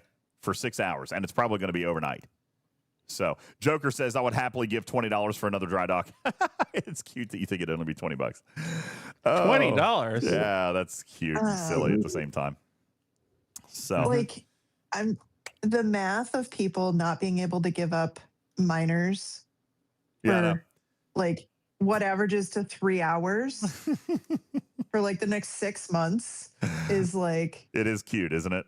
Now, yeah. Cruzito asked the question, why buffs if it's passive? Because you can play it actively, Cruzito. Me personally, do we think that there is a significant value to hostile ISO defense bonus of 150%? That I have to lock down ships to this outpost? And by the way, this is maxed. The reason I suggest Cruzito is maxed. Yeah, that's max for this buff. The reason that I suggest that this is probably more valuable to us in a passive format, Cruzito, is simply that I want to get into the refinery. Right? I want to earn the refinery is the big selling point here. It's not that. I want to get into the refinery. Which I don't think level the bonuses outpost? I don't think the bonuses are there. I think the refinery is where I want to go with my currency that I'm Which earning. level outpost was that? Don't know. Okay. I don't know. If but it was, sorry. I'm listening. Okay. If it was low enough of one of the levels, depending on the artifacts people have, they might not be able to get a lot of that ISO defense, depending on the player. So if it was a low enough outpost in G5, Oh, I see what you're saying. depends on where their artifact gallery is. Well, let's find it because we know that it's on this list. Here's right here, level 53, G5, ISO defense versus hostiles and armadas. So you can get it as low as a level 53, So, I mean, you can use it. You can get there. And maybe that is more valuable to a G5 player. Not saying that it wouldn't be. And that's why I say you've got the opportunity to play this thing actively. I think for me, it is going to be more of a passive mechanic because I'm going to want to earn that currency for what I can get over here in the refinery and not spend that same currency on these buffs that are going to expire in 6 or less hours. Same currency? They didn't do 2 different currencies? One for those and one for the refinery? What? No, I don't think so. Look up here on your screen. I know you can't see it super well, but I mean, it looks like the same stuff. Let me blow this back up. 101 common, 101 uncommon. There's 101 rare. And if you go over here to the buffs, I mean, there's the 101 million common. It's using the same stuff, bro. Wow, proven by screenshot. We are using the same efficient currency to go either direction. Are you going to go into the refinery or are you going to invest in these buffs? Yeah, well, I think the answer is there's another one. There's 101 million of the uncommon, and we already know that that's what this test account has on it is the 101 million stuff. So look at that. Hammy says. I mean, you guys know what you get out of the refinery, right? All right, hijack skins with we don't know what the ship availability is, but we got prime particles in here. We've got new titles, which might be silly, but probably fun at some point. Premium mirror dust, galactic acclaim.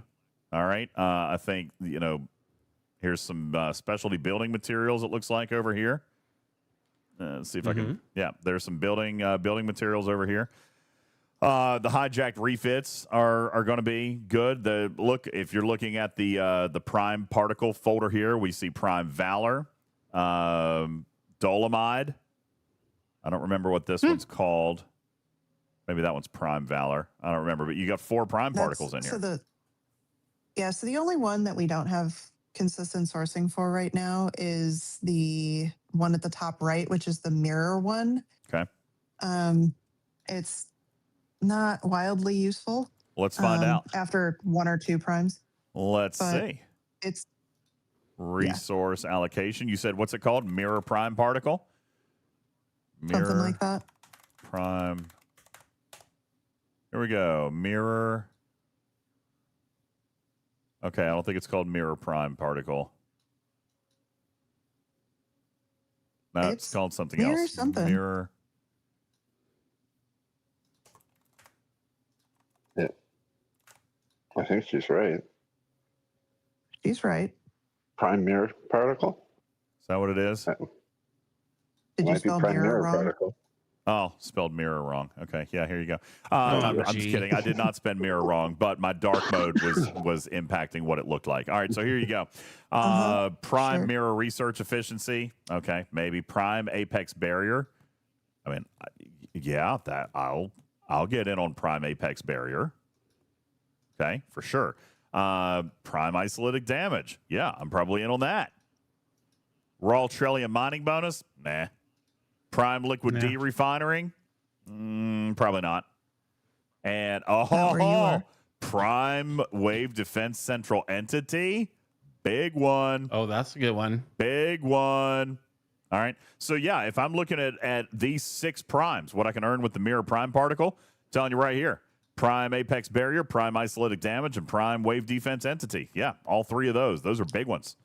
Okay? Very important. Very, very good primes. That mirror one, Bad Gamer, is not in the AT store.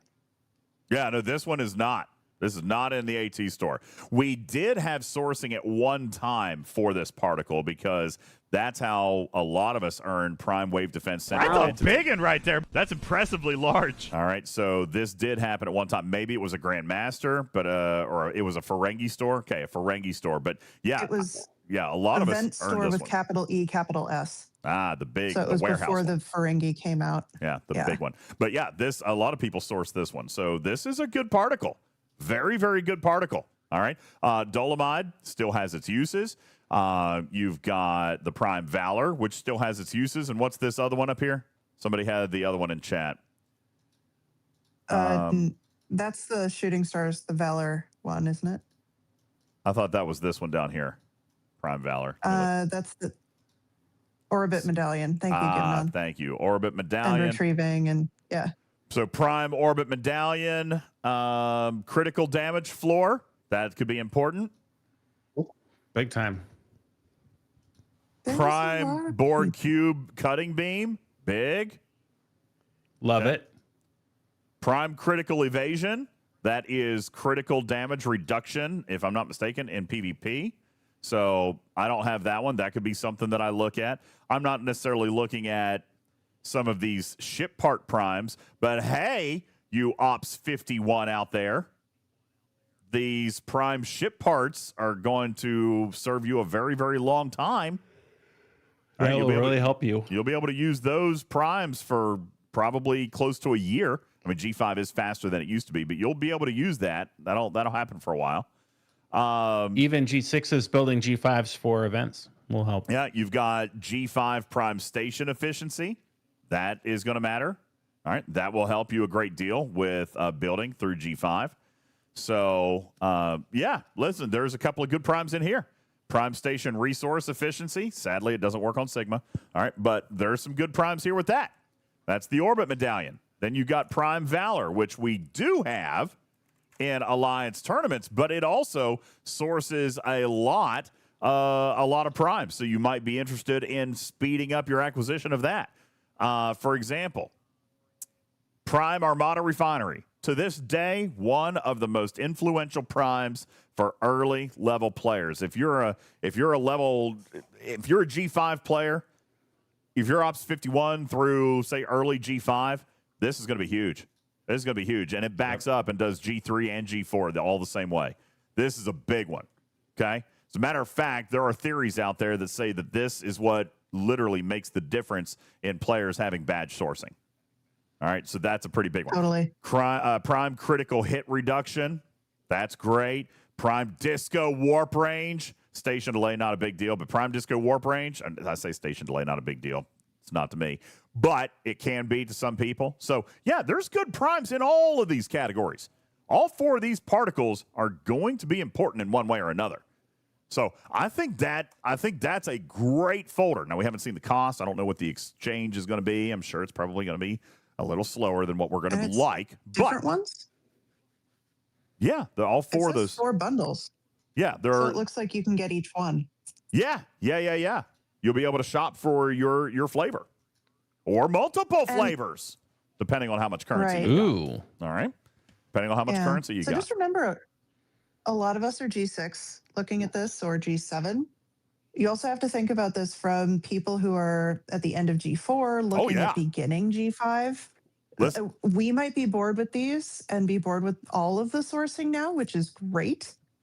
But a lot of G5 players don't have as much access as G6 for the last year. Oh, for sure. This is a great... So this absolutely speeds it up. This is a great ad for all players. All right. The only players that this is not a good ad for are people who have literally bought all of this already. All right. But this is a fantastic folder. I am 1,000% in favor of this. Big thumbs up. 2 thumbs, 4 thumbs, 5 thumbs up for this reward. Okay. I think it's phenomenal. And that's just what's going on there, because there's another whole mechanic about material sourcing that we haven't talked about tonight, right? Yeah, we haven't talked about that tonight. The material generator is one thing, but you also have just resources and materials that are coming out of the refinery itself. Let's see if we can find a quick screenshot of that.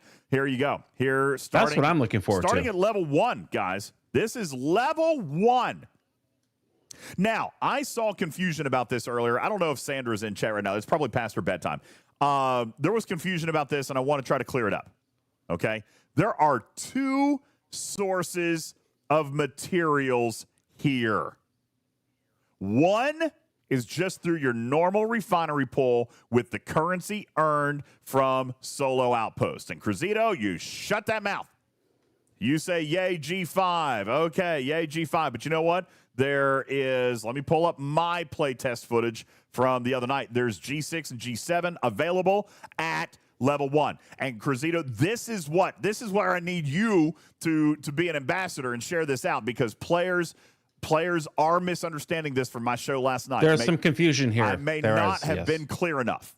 Okay? So I want to be clear. There are 2 bundles that will source materials. Okay? One of them is this, the Solo Outpost Exchange. And I'm trying to find my playtest video footage. Where is it? I just had it last night. Show planning? Nope. Not there. What did I do with it? It must be there somewhere. No, I've definitely got it. Just give me a second. I'll find it. I thought I put it in my meeting notes folder, but I don't see it. Oh, there it is. There it is. Viewable playtest footage. See, I had to name it very carefully for myself. So I didn't mess anything up. Viewable playtest footage. All right. We're going to go later in the playtest footage here where we can find the refineries. Here we go. This is level 1. Level 1 of the building. Okay. So G5, G6, and G7 all unlock, depending on your ops, at level 1 of the building. Unlock the building, boom. Okay? So, let's be very clear. There's 2 sources of materials. This is number 1, Solo Outpost Exchange, where we will be using the loot earned from the retaliation targets to obtain resources and materials. And further, you will see here on your screen, we just had G5 up. This is G6, my building. This is my footage. My building was level 1. So based on your ops, this is going to pull. You're going to have the opportunity to pull. All right. Is there a cooldown? We expect that there is. We do not have confirmation on that. Tarpy, we are assuming 3 days, but that was confirmed as the generator pull. Okay? Okay. That was confirmed as sourcing number 2, so we're going to get to that in a second. But right now, all we know is how do I get rid of that little bar down there? Let me see if I can get rid of the bar. Oh, yeah, you're in the media player. How do I get rid of that bar? You click on it. You click in the middle. Oh, there you go. No.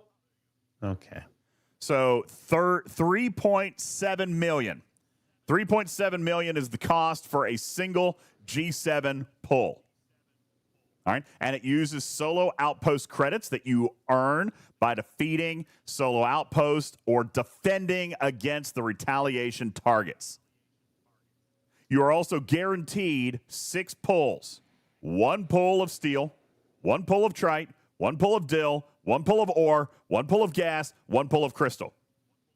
Quantities and rarities may vary. Okay? So this is the solo outpost exchange, source number 1. Okay? The second source is actually coming from a material generator built into the building, where you will be earning material fragments and storing those in a generator and warehouse style. Those fragments will then later be able to be redeemed in another refinery pull that is specific to the level of the building. Let's see if I can find this. And does indeed have a 3-day cooldown. We were able to confirm that. Let me see if I can find it in my footage here. I'm looking. Here we go. Boom. Here it is. Okay? Again, this is level 1 of the building. And I immediately unlocked the G5. Cruzito says, should we hoard until the building is high enough level? No, because you have a generator cap. Look at the building, okay? Your generator cap is 337,000, all right? But we also saw here in this screenshot that it costs, what, 300? Oh, I didn't look inside one. Let's see. I know I did look inside one, so give me a sec. Here we go. We can see it costs 50,000 for a single pull of G5. All right, no, that's not right. This is a different currency. Wait, no, those are the fragments. These are the fragments. I'm pretty sure I click on that. Hope I do. Nope, it didn't.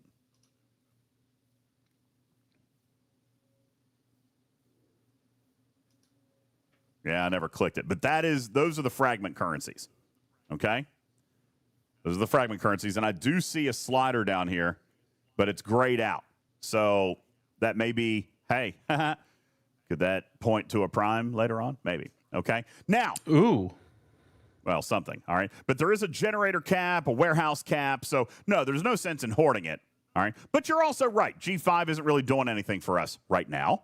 Okay. So we're going to level up that building. And when we get that building to a certain level, which we do not know what that is, I am assuming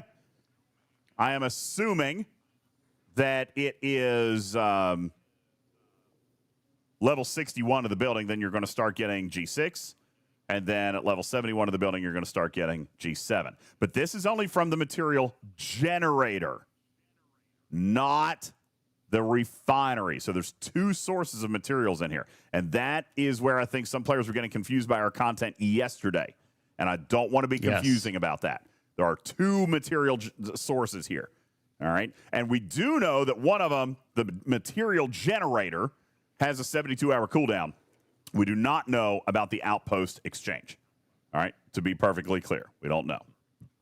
Now, you said in Hammy's video, here we go, we're going to see him pull. So let's take a look at what he pulls here.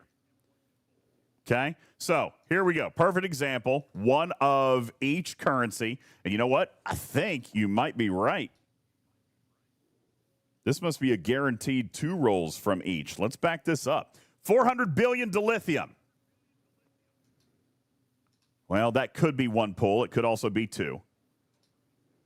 Trite, 7 and 14 trillion. 7 and 14 trillion steel. All right, let's go back to the materials. 3,500 crystal. Is that a combination? Yes, it is.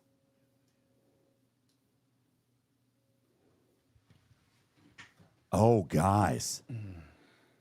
Oh, guys.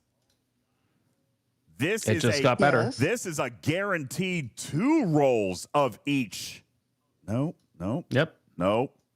35. That's what 2 my rolls math of said. mats. No. So you get No. 2 rolls of crystal, 2 rolls of. No. Because crystal has a 35, so they only got 1 crystal pull, but they did get 8,000 gas, which means they got a second roll on gas potentially. Is there a bonus from the building? Yeah, see, there's 8,000 gas, 7,000. So they're all right. I am going to. No, there's not 6 rolls of materials here. There's actually only 5 because the 3,500 is 1. This is a 35 and 45, and that's a 35 and 35. So there's 5. Now, I do want to point out that this was from a playtest environment. These rolls may not be exactly accurate. Okay? So that's potential. That's possible. Dave says you're forgetting about the loot bonus from the building. Has nothing to do with this chest. All right, let's go back to the building. Talk about the building. All right. The building does not provide a bonus for the refinery. Okay? You've got material fragment generation, but then you have outpost loot. That's the currency that we're spending in the refinery. That is what's being dropped by the outpost and the retaliation targets. Okay? So that is a very good call out on this chest. I am going to say just until we see the info button, I am going to have to assume that we don't know these. But it does look as though there will be an info button, so we're going to be able to look. But yes, I do agree. What we are seeing here is definitely 5 clear pulls of materials. It could be 3 pulls of resources, or it could be 6 pulls of resources. We don't know. Forgotten Sex says, so what difference does leveling the building make? A couple. All right. First, the building is going to get you a higher loot bonus from the retaliation targets as you level it up. But it's also going to give you more material fragments the higher you level it up. More ships available in the outpost as you level it up. More weapon damage against the outpost as you level it up. And as we saw in our playtest footage at some point, right here. Hold on, we saw this. Trying to remember where I saw it. Hey, Matt Magician, thank you for following. Hey, what's up, Magician? Happy Monday. Thank you. There was another place that showed that the refinery bundles improved. But actually, Tarpy, if I'm not mistaken, that was with Ops, right? So it seemed like there were 2 different ways to improve it. You could improve it with the building, and then you could improve it at particular ops. Yeah. So there's probably stages of both. I think they said by grade of ops, not each particular ops level. It's not each ops level. As a matter of fact, each grade of ops is broken in 2. All right. 71, for example, and 76. 61, 66, 51, 56. That is where the contents of the bundle will improve. But then the building level, aside from all its buffs, the building level then comes in with the material generator that we saw over in my playtest footage. I see. Yeah. So, yeah, no, there are a number of reasons to upgrade the building, and I probably will. I hope it's attractive enough for me to want to spend on it. All right, but I don't know that yet. We're gonna see. All right, but the loot bonus, I imagine the loot bonus is going to be pretty significant. Look here. So and I know this is not the greatest image in the world, but I scrolled and got every level of this building all the way up from 1. That's huge. I'm glad you did that. 60. All right. 1 to 60. Very good. So you can see what the loot bonus is going to do. Like here's level 14, loot bonus 32%. Again, small.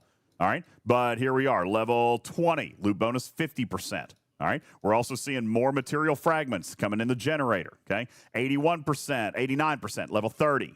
Okay. 111%, level 35. We're also going to note here at level 40, we improve our fleet size for the outpost from 2 until 3. So now we can take 3 ships over there so that we can take a higher level and potentially hold a higher level of outposts and get more rewards. All right. But even then at level 40, it's 136% loot bonus.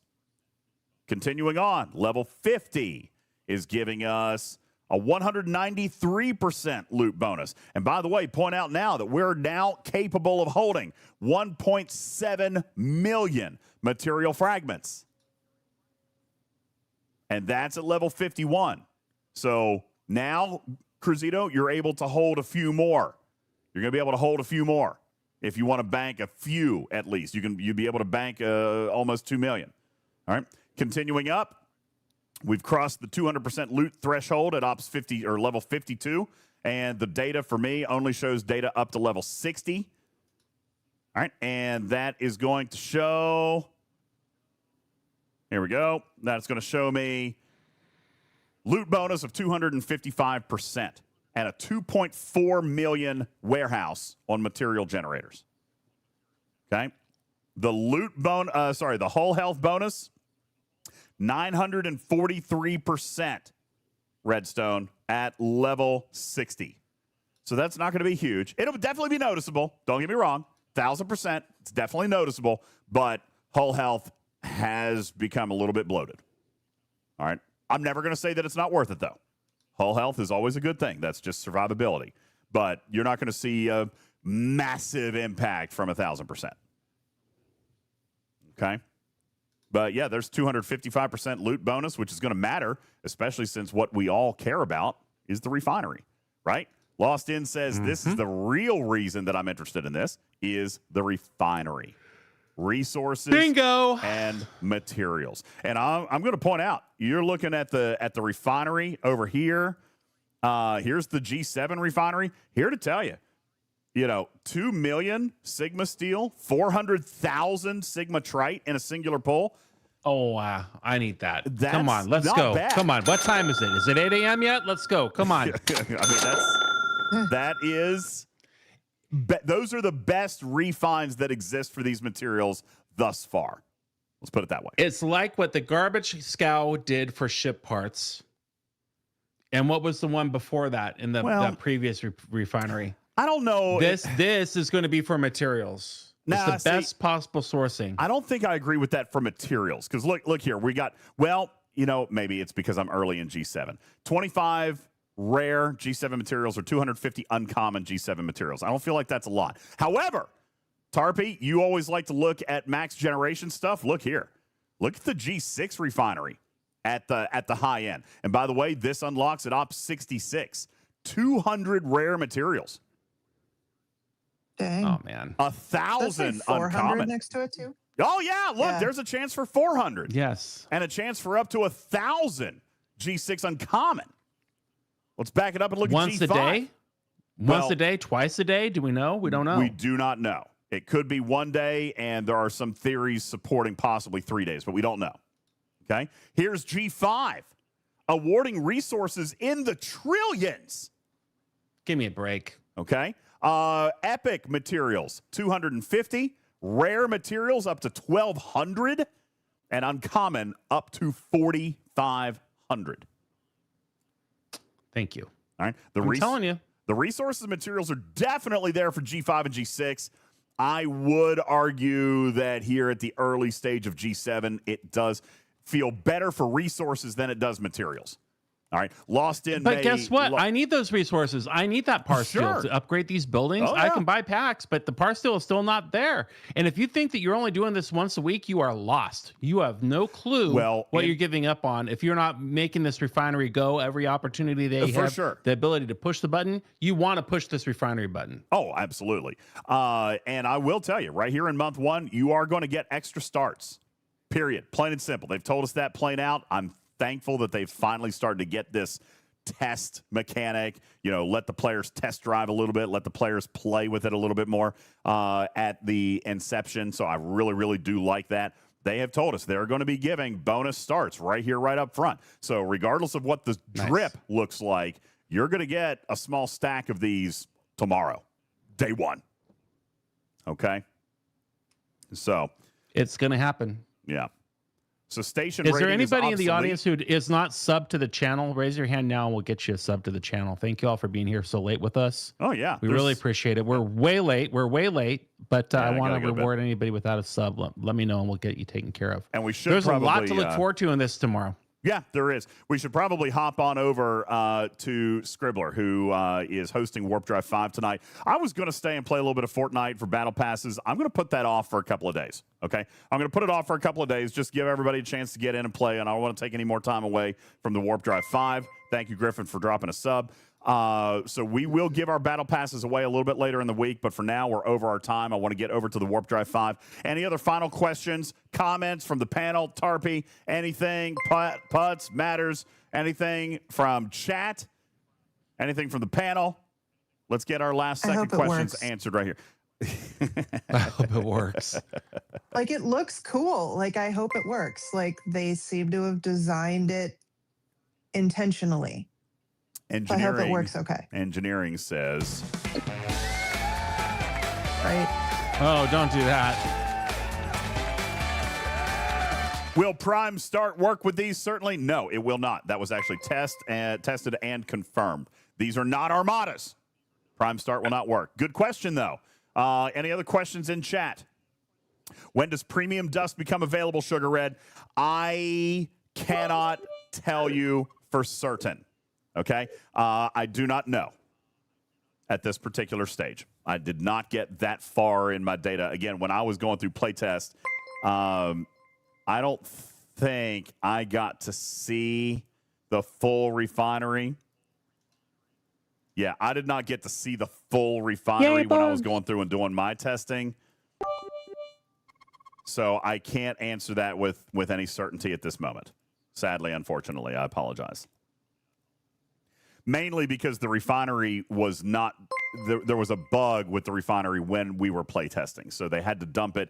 This is confusing and not necessary to the importance of this question, but our refinery didn't show in the refinery section. They actually had to create a separate. I couldn't even see Yeah, they had to create a separate folder area for us to be able to see some of the material conversions because the refinery piece wasn't working. And again, that was that doesn't concern you guys in any way, shape, or form, but it was a workaround that we had to do while we were doing the playtest. Just like, for example, we had our hostiles showing up every 30 seconds, while in the game it's going to be every 5 minutes. So Vagrant says, I assume the Outpost stuff is irrelevant to G3 players. Anything new coming for us littles? No. It is Ops 51 plus, and as promised, Scopely is delivering and catering content to G5 plus players. G3, you have plenty to do. You have plenty to catch up on. The economy is sweet and ripe for the acceleration. You need to be Ops 51. Lost In has now just dropped 2,000 kitty bitties and started a hype train. So now we can't leave just yet. But that's not fair to the Warp Drive 5. We're going to have to get there real quick. Lost In, thank you, baby. I love you. I love you. Thank you so very much. I appreciate that. You are so, so kind. Thank you so much. Vic says Scopely hates us poors. No, dude, Vic, you've been playing with us for a very long time. Why are you still G3, baby? I think I foolbot this. Why are you still G3? G3 is retired. G4 is practically retired. Welcome to G5. I have tried to gift as many people as I can. Twitch has now blocked me because I made too many $6 purchases in a row, I guess. But we do what we can. I'll keep trying. All right. Griffin started the hype train. Well, thank you very much. We got 3 minutes left on a level 2, and as soon as we wrap this thing up, we will be heading on over to the Warp Drive 5. However, I'm not going to shove you guys out the door. If you guys want to get to a level 10 here tonight, we do have packs that we can give away. We got packs. I got the packs. Oh, wow. Packs? Who's got the packs? We got the packs. Let's go. You want me to change my name? All right, let's hop into the game. We're going to do a couple of silly things here, Tarpy, and then we're going to bounce on out of here. Let's go change my name. What did you guys want me to change it to? Ah, nice. I got it. That's messed up.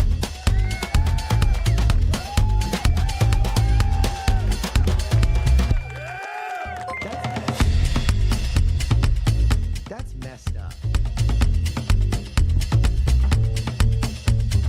Griffin, thank you for dropping another sub in the chat. Appreciate that. 4 minutes reset, level 3 hype train. I will continue to answer your questions. You guys got questions while we're still here? I'm going to keep answering for you. Let's go.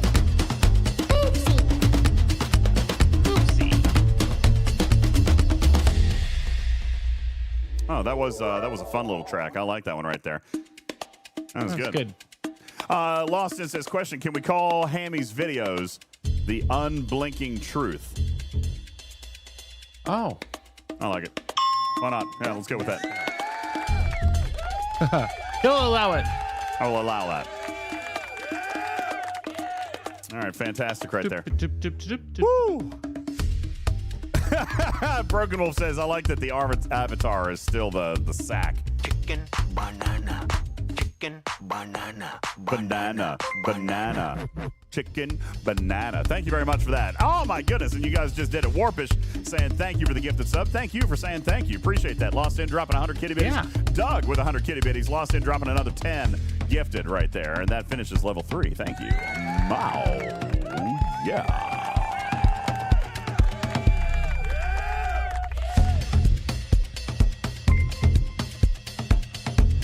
I'm going to go through all my stuff over here. Make sure I don't forget anything. Hey, Griffin, dropping another gifted sub to Tidu. Thank you very much. Tidu. TLDU. That could be what that is. I don't know. Welcome in. Appreciate it. Question, will we get G6 freebooters? No. You do. It's called the ship. What's the ship? The Dauntless. Well, it's called the Dauntless. Your G6 that's your G6 freebooter. Listen, I might have a small little leak for you. Ooh. Back. Just give me a second. I need to check something. I'm going to go full screen for a second. Oh. I gotta check something off screen. Will you give me a second here? Yeah. That track isn't nearly long enough. I am so positive. I'm full of positive energy. I like that track. Not nearly long enough. This leak discount double check brought to you by Discord. Discord, where people hate it when you leak things without permission. All right, it's not up. Well, ladies and gentlemen, what's not up? I thought that it was supposed to go live today. I didn't think that they would do it on an ARC launch day, but maybe they are. I have read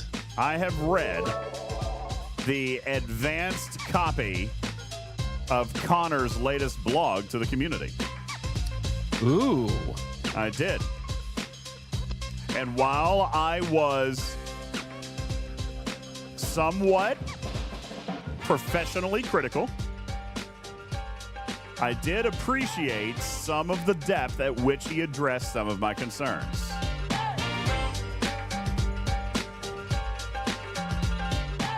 As a matter of fact, I think I will read you my response to Connor.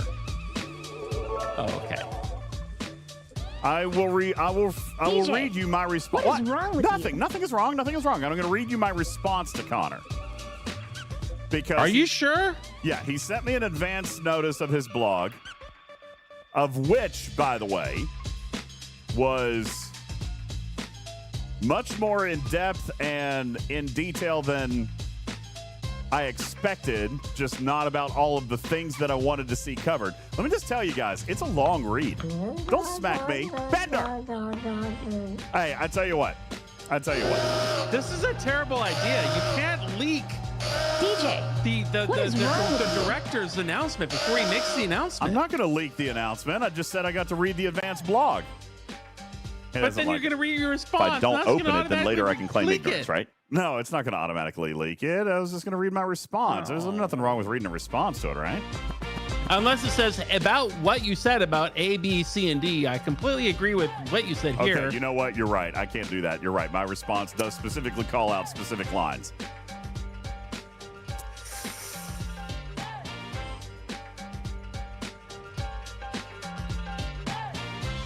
Don't ignore it, Griffin. I like leaks too, but nobody wants to see the cat get fired. What is going on with Lost In? Look out.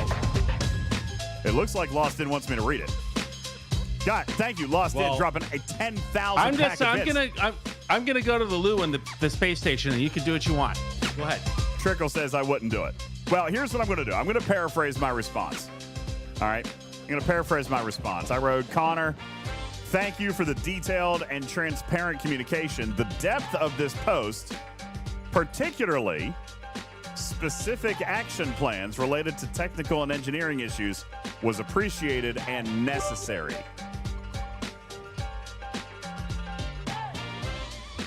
I've got to redact that line, redact this line. That said, I do feel that this blog lacks a little bit of accountability around event design. Don't open it, then later I can claim ignorance, right? Event design implementation, and more importantly, prevention of these errors in the first place. Redact, redact, redact. This month was especially frustrating for me. I appreciate the context you provided, but it's difficult to understand how a project of this scale Danger, Will Robinson. Danger. continues to face such fundamental engineering lapses. For me, and I believe for much of the community, what's needed now is evidence of concrete prevention practices and a clear demonstration that lessons have been learned. Despite that, I want to acknowledge and thank you for recognizing the community's sentiment and delivering a more in-depth and sincere message. It was the right tone and an important step. I look forward to seeing more meaningful follow-through from your teams. That's what I wrote. Redact, redact, redact. I think I fool-bought this. I mean, okay. See, nothing too specific there. Nothing too specific there. Okay. There you go. Sounds like an admonishment, if anything else, but I guess sometimes an admonishment is called for. What is admonishment? I don't even know what that word means. What is admonishment? That's the part where you said, hey, listen up, you dumb. Maybe in the future you shouldn't do this and that again because we are sick and tired of you doing that. I'm sorry, I couldn't hear you there. You were breaking up a little bit. What is wrong with you? Could you repeat that for me? I might have missed it. Sorry, say again. What? No, I'm not. No, the previous statement I made was a summary of DJs not knowing what admonishment means. I don't know what admonishment is. All right. So there you go. All right. Joker says, so what you're saying is Connor still has a ton of work to do? Oh, yeah, there's no doubt about that. I mean, we all know that. We all played October. We all played October. We know how bad the game was in October. All right. I mean, come on. All right. Which is why I wrote what I wrote. But Ohio asks a good question. Can you tell me how many paragraphs his blog post is? Well, that's just it. This blog post was 8 pages in a PDF reader. Wow. And that's why I say it was very in-depth in certain areas, and I feel not in-depth enough in other areas. Okay? So that's why I say it was a very detailed communication. It's microwave me, daddy. Oh, yeah. It's transparent in certain places. In other places, I feel like there was not enough. But I can tell that there was a very significant amount of time put into writing this book. Oh, that's trash. That's not trash. 8 pages. Oh, Dragon Keeper. 8 pages. All right. And by the way, I have not seen the video, so I don't know if he's going to blink more than Hammy did. All right. Or what T-shirt he's wearing. Or what color T-shirt he's wearing. This is a humping turtle orgy, the likes of which I have never seen before. But especially when you don't know what admonishment means. I did get to read the letter. All right. I read the blog, so I'm looking forward to seeing how it's delivered, and I am looking forward to seeing the community's response to it. But I'm with Cruzito. When are we going to get I will action? blow anything you ask me to blow. Oh, my. I didn't say that. Forgotten Sex says length doesn't matter if it's full of lies. Actually, it's not. That's why I say I do feel like it was transparent. I do feel like it was detailed in a lot of places. Not in everything that I wanted to see. And I do not feel like there was dishonesty in it, to be perfectly honest with you. I do not feel that way. Like, you heard my response, all right? I do feel like it lacks a little accountability around implementation and prevention of errors, all right? And I think that's true. So I think that you should invite Connor to a future stream. I have indeed. As Manic suggested. I have indeed extended the invitation, and he has accepted. He has already agreed to come on the show. We are trying to get schedules. You got to remember, he's in Ireland, so it's a little bit tricky for us on scheduling. As a matter of fact, I'll go ahead and tell you, he has agreed, Caledon, to come on the show.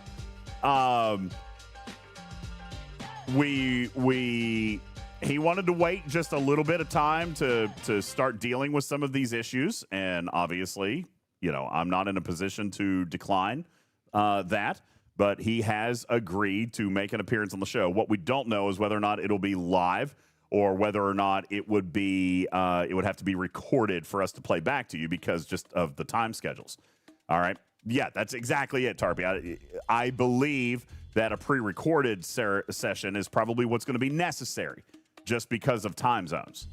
All right. So are you going to be in emote only mode when he's on the show? I've never done that, Ohio, and I have no plans on starting. All right. I've never done that. Strider says do it recorded. People can only type emotes? No. Yeah, I got no intention of doing that. Benny Hill says live to tape. Well, yeah, it would be one take, and I don't ever edit anything. Okay. IJ says if he comes on, please don't turn off sound alerts. Oh, I can promise I will. Oh yeah, that's not going to happen. IJ. But I will say that again, and I go back to what I've said about him since I started speaking to him. He is kind. He is very intelligent. I believe he's well-intentioned. Okay? And he was perfectly willing to make an appearance on the show. I have enjoyed speaking to the man. All right? I do think he's got a problem. And we shall call him Daddy. There you go. Hey, we got to warp out to these people. They've been waiting an hour. They have indeed. Ladies and gentlemen, that's it. We're done. Thank you so very much for the hype train. You guys made me personally love the D. Yeah. Thank you. All right, we're going to go see the Warp Drive 5. You guys have a wonderful evening. They're going to carry you through your overnight, and they're going to bring you all the way through maintenance, where then you will hand off to Ultra Vetica and the Breakfast Club. We've got more of that on the way. In the meantime, let's go say hey to our dear friend Scribbler, hosting the Warp Drive 5 here to carry you through Arc Fall Night. My name is UltimatDJz, and we thank you very much. And I'm Griffin. Oh, yeah, that guy. And we thank you. Oh, my God. Sin in the Dark, thank you for your 32-month resub. Appreciate that very much. Thank you. What's up? How you doing? Just wanted to say, I can't read it. Why can't I read that? Just wanted to say thanks to you and your team for everything you do. Oh, that's sweet. Thank you, Sin in the Dark. Well, that's very kind. Appreciate that very much. Thank you. That's awesome. All right. Off to the Warp Drive 5, where we've got Scribbler, we got Dr. Iron Chef, we got Major Samo, we got Tibbs, and we got Julie on the stage. All right, you guys have a wonderful evening. Thank you guys very much. We'll catch you in the morning, I guess. Talking in Cars with DJs. Griffin, you on for that? Yes, sir. I'll be here at 7:30 Eastern, ready to record. All right. 7:45. 7:45? Okay. 7:45. All right, fair. All right, guys. Good night, everybody. Thanks for being here. We'll see you in the morning. Good night, everybody. Happy Art Foley. Bye-bye.